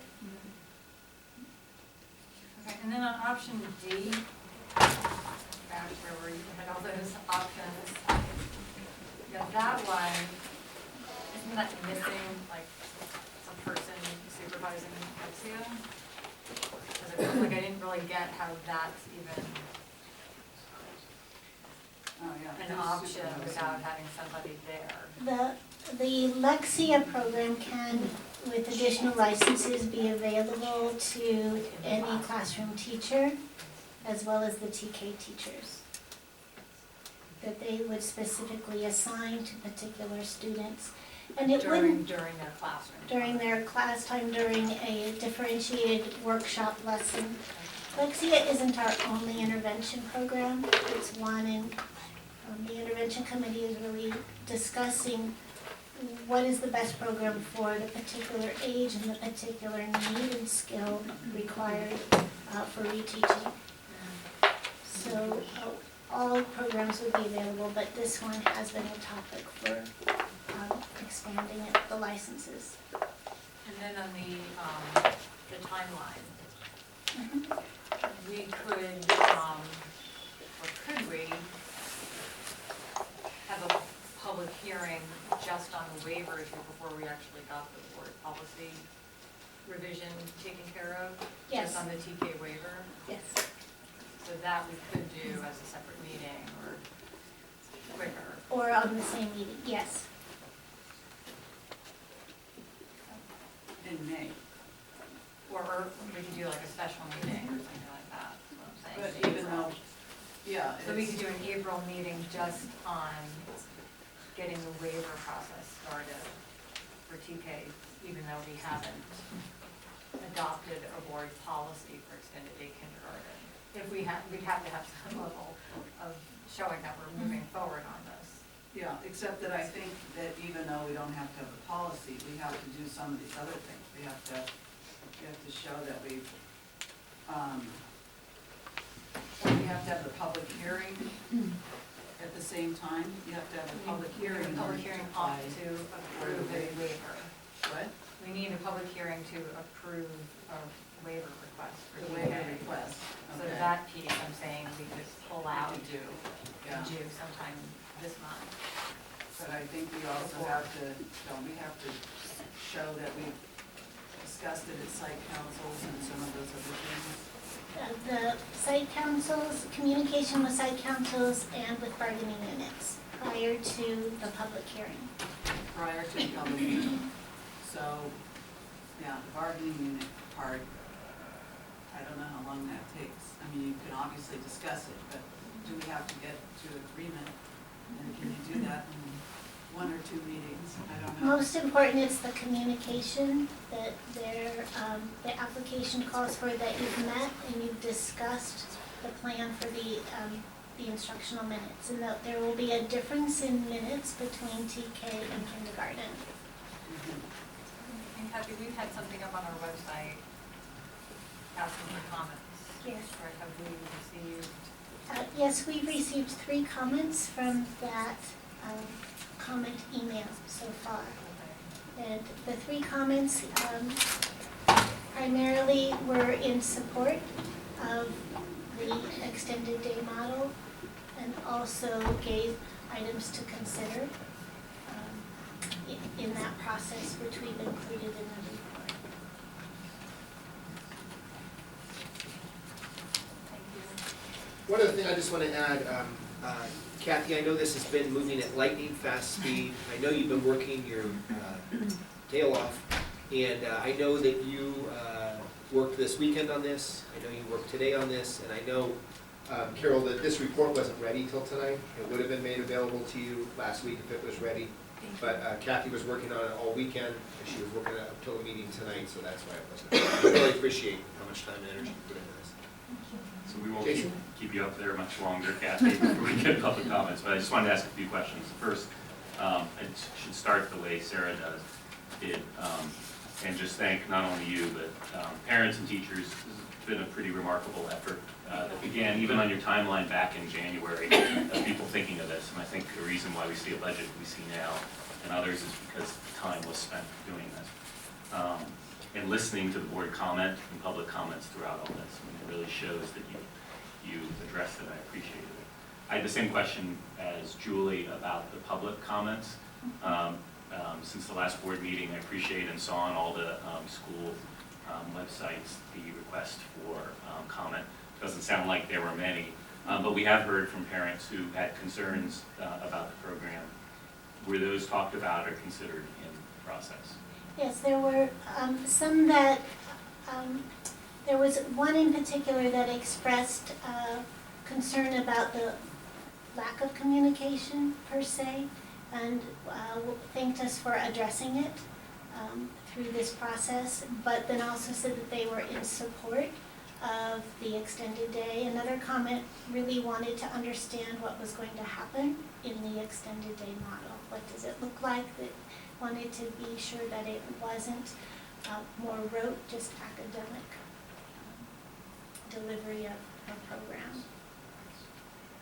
I appreciate that, which leads to my second question on content. We have additional instructional minutes, but I think we've heard from teachers, and we'll probably hear again, that the focus of the interest seems to be on getting done what's already mandated as opposed to doing more.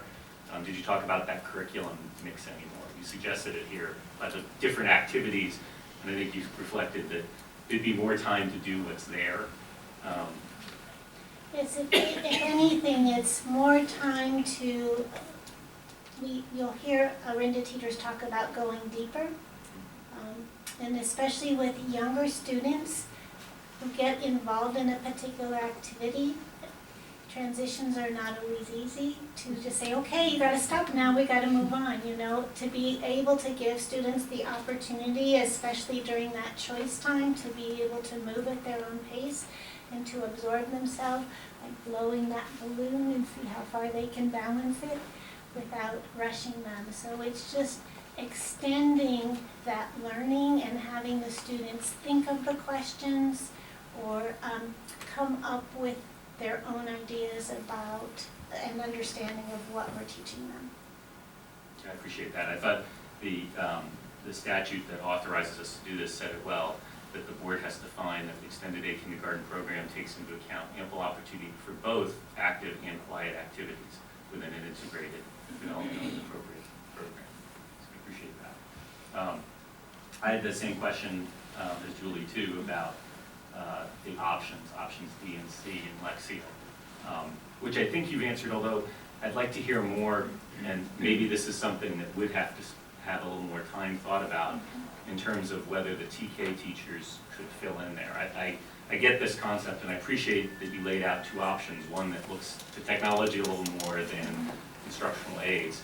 And I think, Carol, to what you said, one of the values right now of having current kindergarten teachers spend time with the first and second grade students is these are teachers who know the students as opposed to, another person in the mix.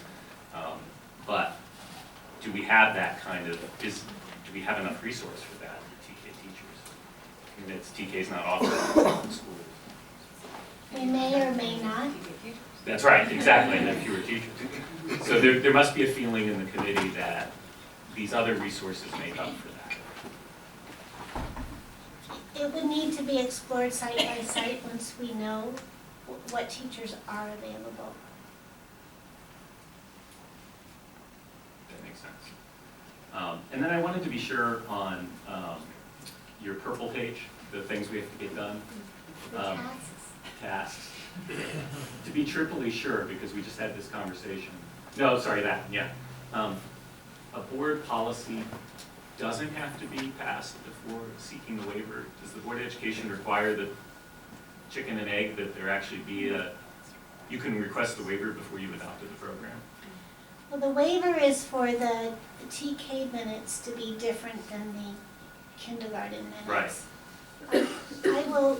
I will absolutely double check that, but I think if we're in process of going through the requirements for the board policy, that it's in place, So that's what you were saying. that we can proceed to complete the waiver. But I will double check if it says the board, I didn't recall it saying the board policy had to be adopted first. And then finally, I appreciate you adding the parent club resources that will shift and change and potentially be lost. But I think you suggested something earlier too, that there are different schools that might be covering for costs that are folded into the program currently. So that's probably part of that equation. Mm-hmm.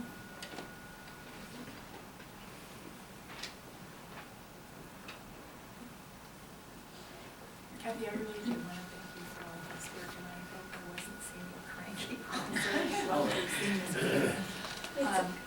I also want to publicly thank the parents on the committee who've been working really hard. I mean, this has been a monumental undertaking. Yeah, Yeah, everybody. This is a huge undertaking, and I'm very excited about this. I have a couple other quick questions, if you're done, Jason. I was on, yeah. Okay. On the last slide about sort of curriculum issues, you mentioned music and art pullouts, and I was not aware that our kindergartners have art or music pullout, but is that what you're saying or not? Or? Right now they have music. Oh, they have music. Okay, great. And how often is that? I think it's once a week Once a for week? 30 minutes. Okay, great. Some of our kindergarten teachers also will have time to play the piano. One in Oh, of particular course, that I don't of know. course. Or the guitar. But in general. Oh yes, we have the guitar, the ukulele. Yeah, since we had some questions in earlier public comments, in general, the curriculum is not, we're not adding anything to this curriculum. This curriculum that they will have, even though it's extended minutes, is still the same. Isn't that correct? Or Yes, it's the Common Core state standards that they're implementing in the classroom, and the curriculum will support those standards. okay, so we're not trying to teach them more things, we're trying to allow them time to learn. And then the only other thing I wanted, well, two other things. The lunchtime, it said till 12:15, and you said you weren't sure that there were any other grade levels that had lunch at that time, but it seems surprising if there aren't. And I just wanted to bring that up because you might want to double check, or maybe someone in the audience knows. But it seems like 12:15. Looks like somebody knows it. I know. Well, the children aren't in the lunchroom eating for that entire time. They eat and then they go out for recess. So the same supervisors would take them out to the yard for recess. Okay. And the other students would come in for lunch when the kindergartners are finished eating. Okay. That's how we did Great. it at Sleepy Hollow. Okay, thank you, that explains that, thank you.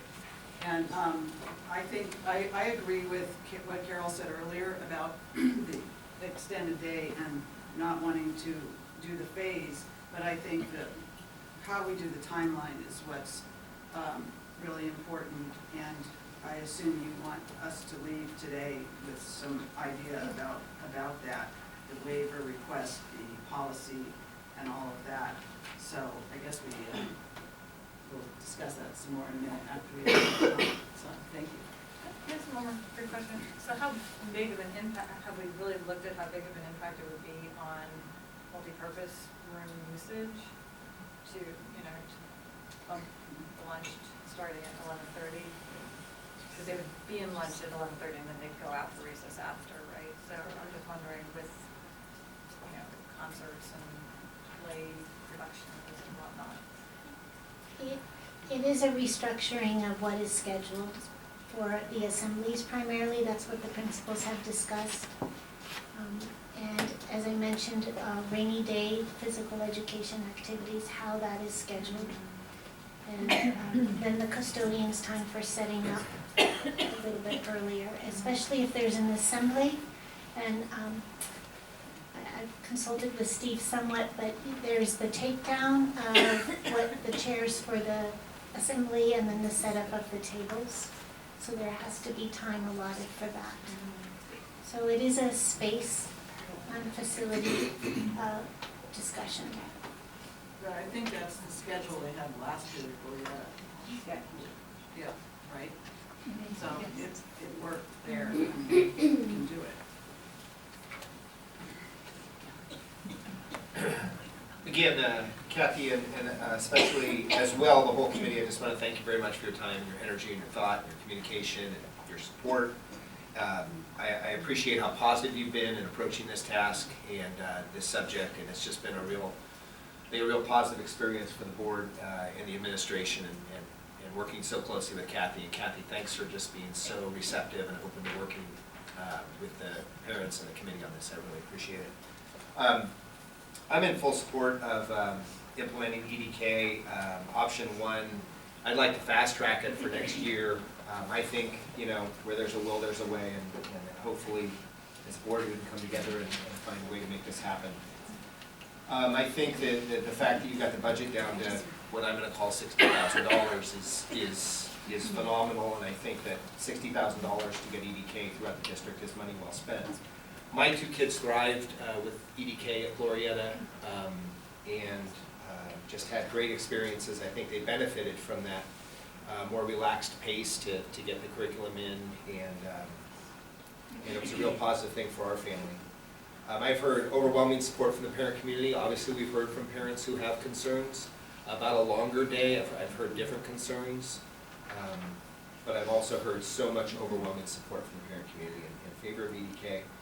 And what I see as a huge opportunity, as a win-win opportunity for the district, where the district and board working closely with parents, we could really benefit the parent community, and I think the district benefits, and most importantly, I think the children would benefit from it. So I'm a big supporter of it, and I hope that as a board we're able to find a way to make this happen for next fall. And now we'll open up for public comment on this item. Terry Shortweiser.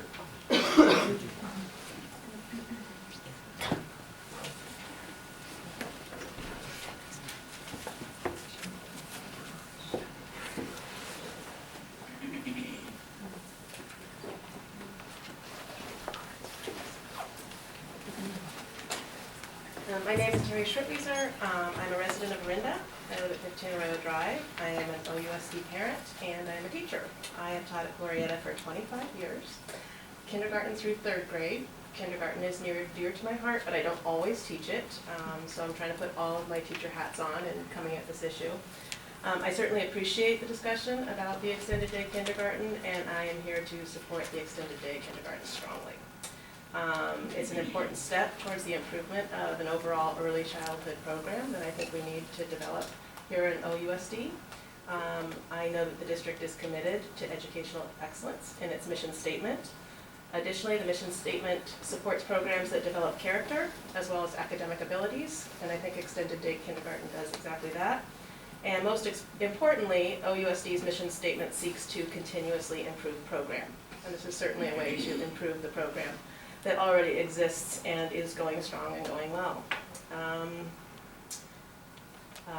Kindergarten is not the same as it was 5 to 10 years ago, as I think you all have been convinced. We know that the ages 3 through 8 are extremely important time in the development of a child, particularly with regard to language development and social skills development. The extended day, I think, particularly will support students in that way. We want to be able to optimize the classroom experience for the children. And we know that there are ways that we can enrich and improve the early childhood programs that we offer. We need to give students time. We need to give them time to develop fully.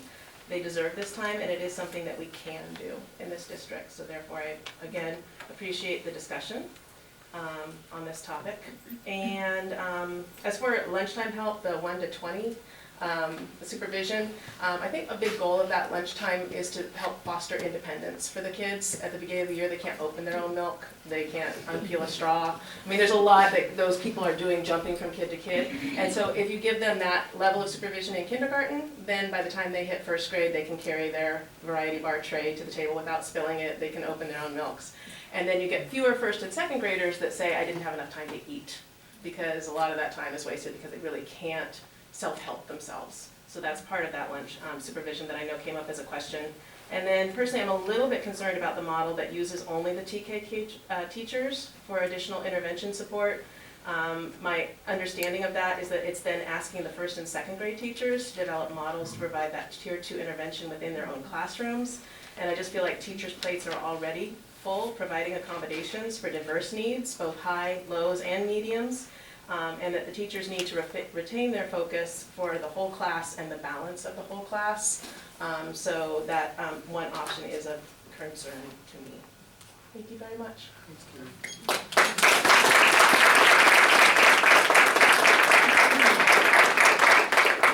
Catherine Ship. Hello. I'll be brief this time. 2 things. The kindergarten teachers I've spoken with have been in favor of implementing this in the fall. Another thing. Parents who've worked very hard on this may have children who are about to enter kindergarten in the fall, and their kid would miss out. You know, if you ever thought about it that way. The 3rd thing is allocation of your professional resources. You'll be having your teachers, your kindergarten teachers, working with more students and having an impact on more students.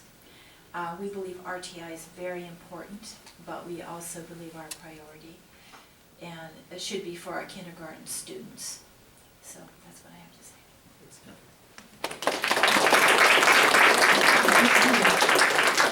Cheryl Bjornson. Excuse me, I almost lost my voice. Hi, everyone. Cheryl Bjornson.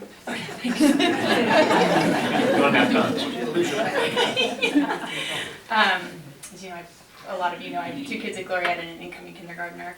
I just wanted to say thank you to the board and the district for letting me speak tonight and for the many conversations over the past few months. Thank you also to the district for asking me to be a part of the Extended Day Kindergarten Committee. It has been a really positive experience working with Kathy Marshall, the teachers from the 4 sites, and Katie Fagundis from Delray. It has been a mindful and productive collaboration. We have worked countless hours to explore all aspects of EDK implementation. The cost is minimal, and we believe this can be a reality for the fall of 2015. We would like the board to make EDK a priority and move this to an action item in May. This collaboration is directly in line with the district's mission of building on a tradition of educational excellence and strong community support. The committee is proposing the addition of more time so that our teachers can provide an environment for our children to develop and to learn, explore and pursue activities in depth, and learn lifelong skills for cognitive, behavioral, and emotional functioning. The kinder-only lunch and recess is an opportunity for the kids to eat in an earlier time so that they can, among other things, learn independence, good behaviors, have a more productive afternoon of learning, and have additional free time to play. With a longer kindergarten day, our kindergarten teachers will not only inspire and challenge each student through strong academics, but they will develop the character and abilities needed to shape an ever-changing world. Thank you.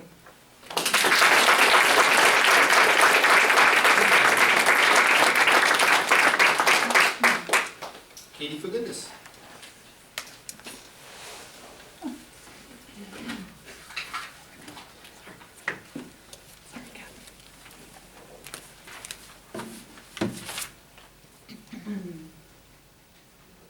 My name is Katie Fagundes, and I have a current TK student out Del Rey who will be in kindergarten next year, and my daughter will attend Del Rey in the 2016-2017 school year.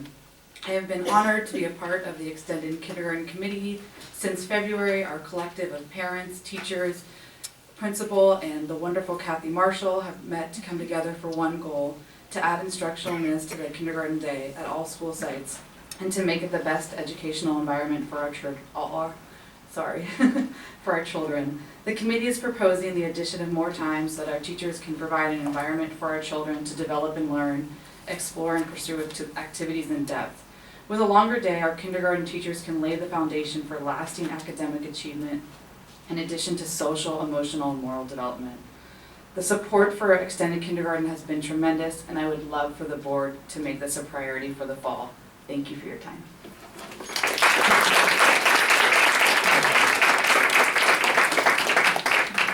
Charles Shannon. Charles Shannon, OEA President. First of all, I want to say on behalf of the OEA members, we really appreciate the thoughtful comments and work of not only Kathy Marshall, but the group and all of our stakeholder groups.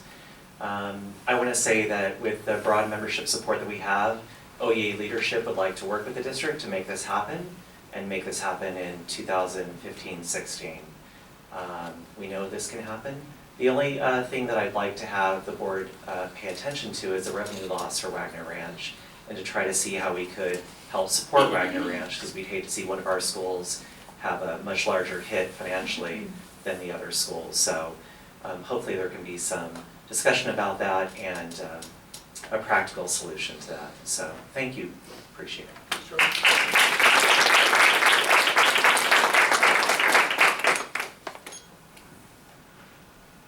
Any other comments from the public on this item? Okay, it's back to the board for discussion.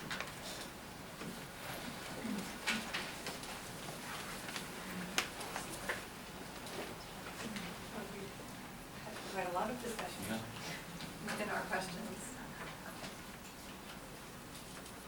Yeah, I mean, I'd like to see us move forward. This is a discussion item, it's not an action item, but I think it would provide direction. And the three pieces I wrote down were involved, to have Kathy continue working with the intervention committee to develop best practices for intervention, because that seems like the piece that still sort of needs to be figured out, but has time to kind of try to work on that and figure out the best model, which I imagine is going to be a combination of several different pieces.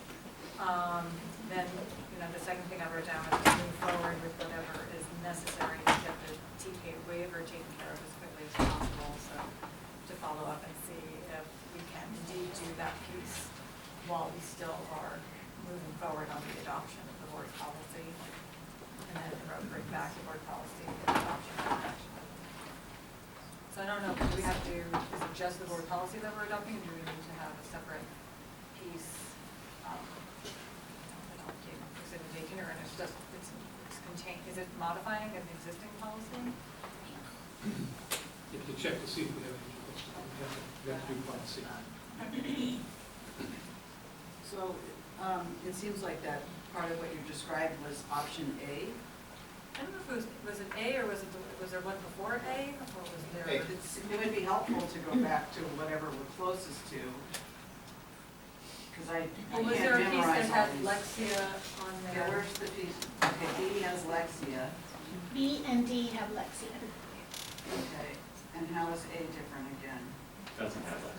Just that it doesn't have Lexia. I mean, I think Lexi is a piece of it, like I said. I don't know that I would say that if we ultimately decide to purchase additional Lexia seats, whether that would be something that you would say, just like extended day cost, or just, the Lexia issue was something that Carol had raised and Jason had raised, sort of a separate item. So I guess I was looking more at that fee model, yes. Except I don't know that I put that 22,000 on there, I would just acknowledge the existence of Lexio. Yeah, not CP. Which is A, right? Then that is Well, A. A, well, disability. I guess. A and B are the same except for B has Lexia. Well, I guess A Is that maybe right? is assuming that Lexia as it exists. Yes. That's why it would have been helpful to Okay. have it print out these. So yes, I guess A. Well, I also agree with what you were saying, though, Julie, is that since it's a discussion item, it's not like we have to choose an option. I think what you're saying is that this discussion about intervention is already migrated to the group that's thinking about that, and I'd love to see that thought about more.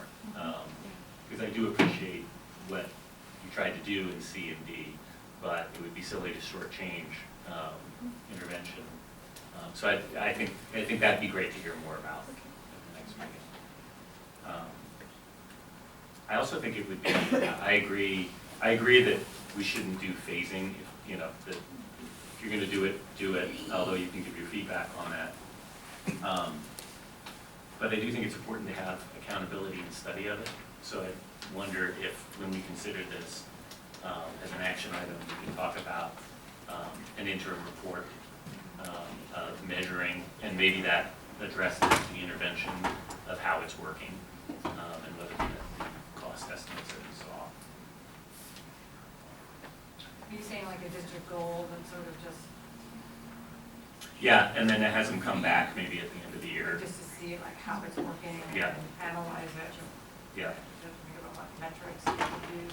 exactly, to measure success For the intervention piece. for the intervention and the whole program. Yeah. That after a year, we come back and, That's really a good idea. It would just be reaffirming too if we do an assessment and find out that what we did is the right thing, I just think that would be really affirming. I want to say, I think this is a very exciting time for our district. It's like we're moving out now of from a period of austerity into a period of reinvesting in our children. And it just thrills me that we're able to do that and acknowledge that, we do have those resources. Perhaps there's something in between having only intervention done by the TK teachers, and maybe if we don't have enough TK teachers, there might be maybe one or two other people that we might need, but not as many as the highest projection. I think since it's on for a discussion, we don't need to really parse all the models. I think that the priority needs to be, we do this in September, do it all at once, and immediately move to looking at the assessments and how this is working out for us. Again, I just want to thank everybody for working so hard on this. It's a very exciting time. Okay, can you go back to A again, please? I also want to say that I want to see extended day go ahead. I want to agree with my fellow board members that it seems like there's agreement that we want this to go ahead in general, in direction. I think we have to have lunchtime supervision. It's, looks like a big number up there, but that's the reality of this. Regarding the intervention, in my mind, it is separate, but I also feel like we need to be giving you some kind of direction about it, because you're gonna continue working on this. And I personally think the Lexia is a good idea. I would rather include that in the budget, in June, or at least consider it, but I'm in favor of the Lexia. And especially when we can use one-time money and it's a different pot.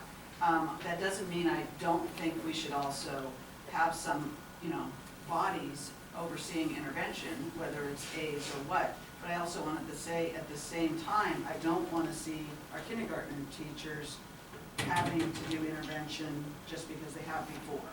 And yes, you can have TK teachers do it, but if they have the time and the schedule allows, And in addition, I think we should consider, you know, aids or whatever the other model is so that we can still have the intervention piece. I do consider that sort of a separate cost other than just extended day. So, you know, it bothers me that it's all in the same line. But to me, it's separate, but I think it would be a good idea for us to continue pursuing the best model for intervention and moving ahead with the extended day as it's spelled out there, and the schedule that you've got recommended, your preferred schedule, whatever that was. But the other thing I want to say is on the timeline. I don't see why we couldn't come back with a recommended policy at the same time as we're going to have a public hearing on the waiver. You know, it possibly could happen at the same meeting. It doesn't have to, but we might as well, you know, move ahead and try to move ahead on both things separately, and maybe they can happen at the same time. Recommendation on the policy and the waiver. If we can have the waiver public hearing later in April, that would be great. I don't know if it's possible, but if we can, that would be great, and then it would make it possible to go to the July state board meeting. If we can't, then we just, you know, the whole thing gets a little bit. Sarah, with the consensus we have on the board right now, my thought is that we look at our April 28th board governance workshop, and we have a public hearing then. Okay, but that, yeah, I think that would be great. And That, the I don't question see- will be whether or not we can meet with site councils and. Yeah, do all those things we have to do in order, before we have the public hearing. Correct. And then if we do that, we might be able to also talk about the policy at the same meeting. That could be on the agenda also. I don't know if it's necessary, but it seems like why not? Okay, so was there anything else out? Yeah,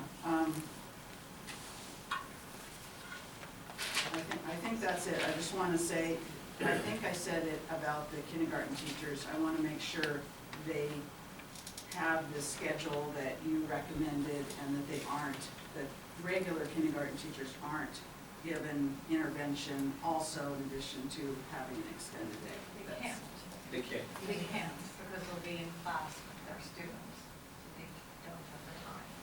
Well, you can say that, but they get out at the kids get out at 1:55 and school's over at 3. Right. So what happens in that last hour? I'm just throwing it out there. Kathy? Since we don't have as many pullouts as the other grades, that would be our prep time. Great, okay.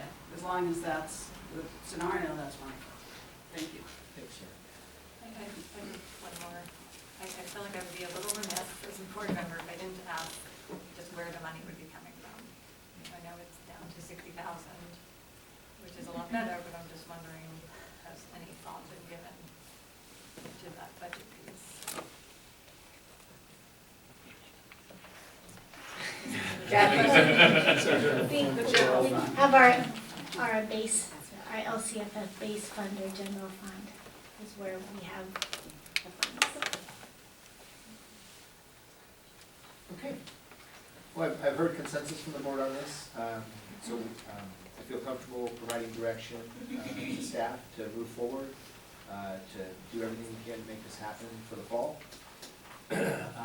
Again, we've all said it, but we just want to say thank you very much to the committee, to all the parents that have taken the time, all the teachers, all district staff. I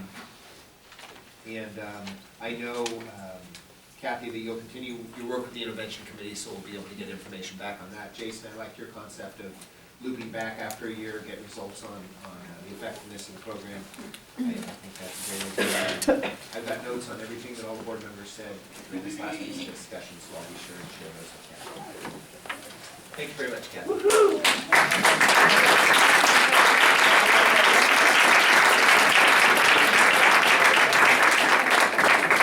I'm going to call for a 5-minute break. We're going to be back at 8:15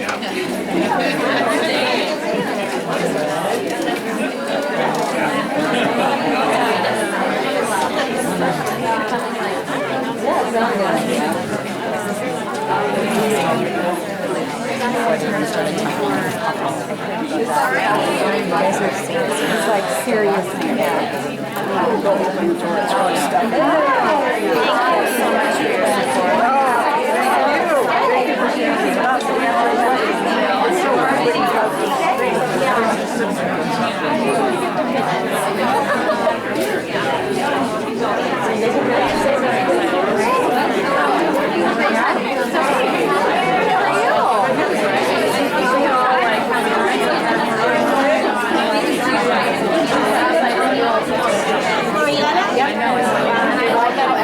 Extended day, my youngest did last year, and now she's doing great.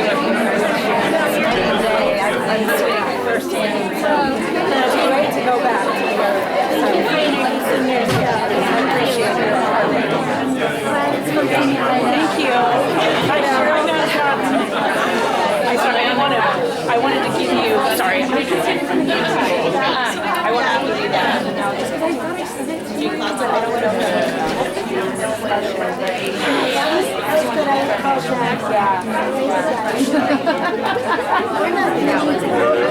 How you doing?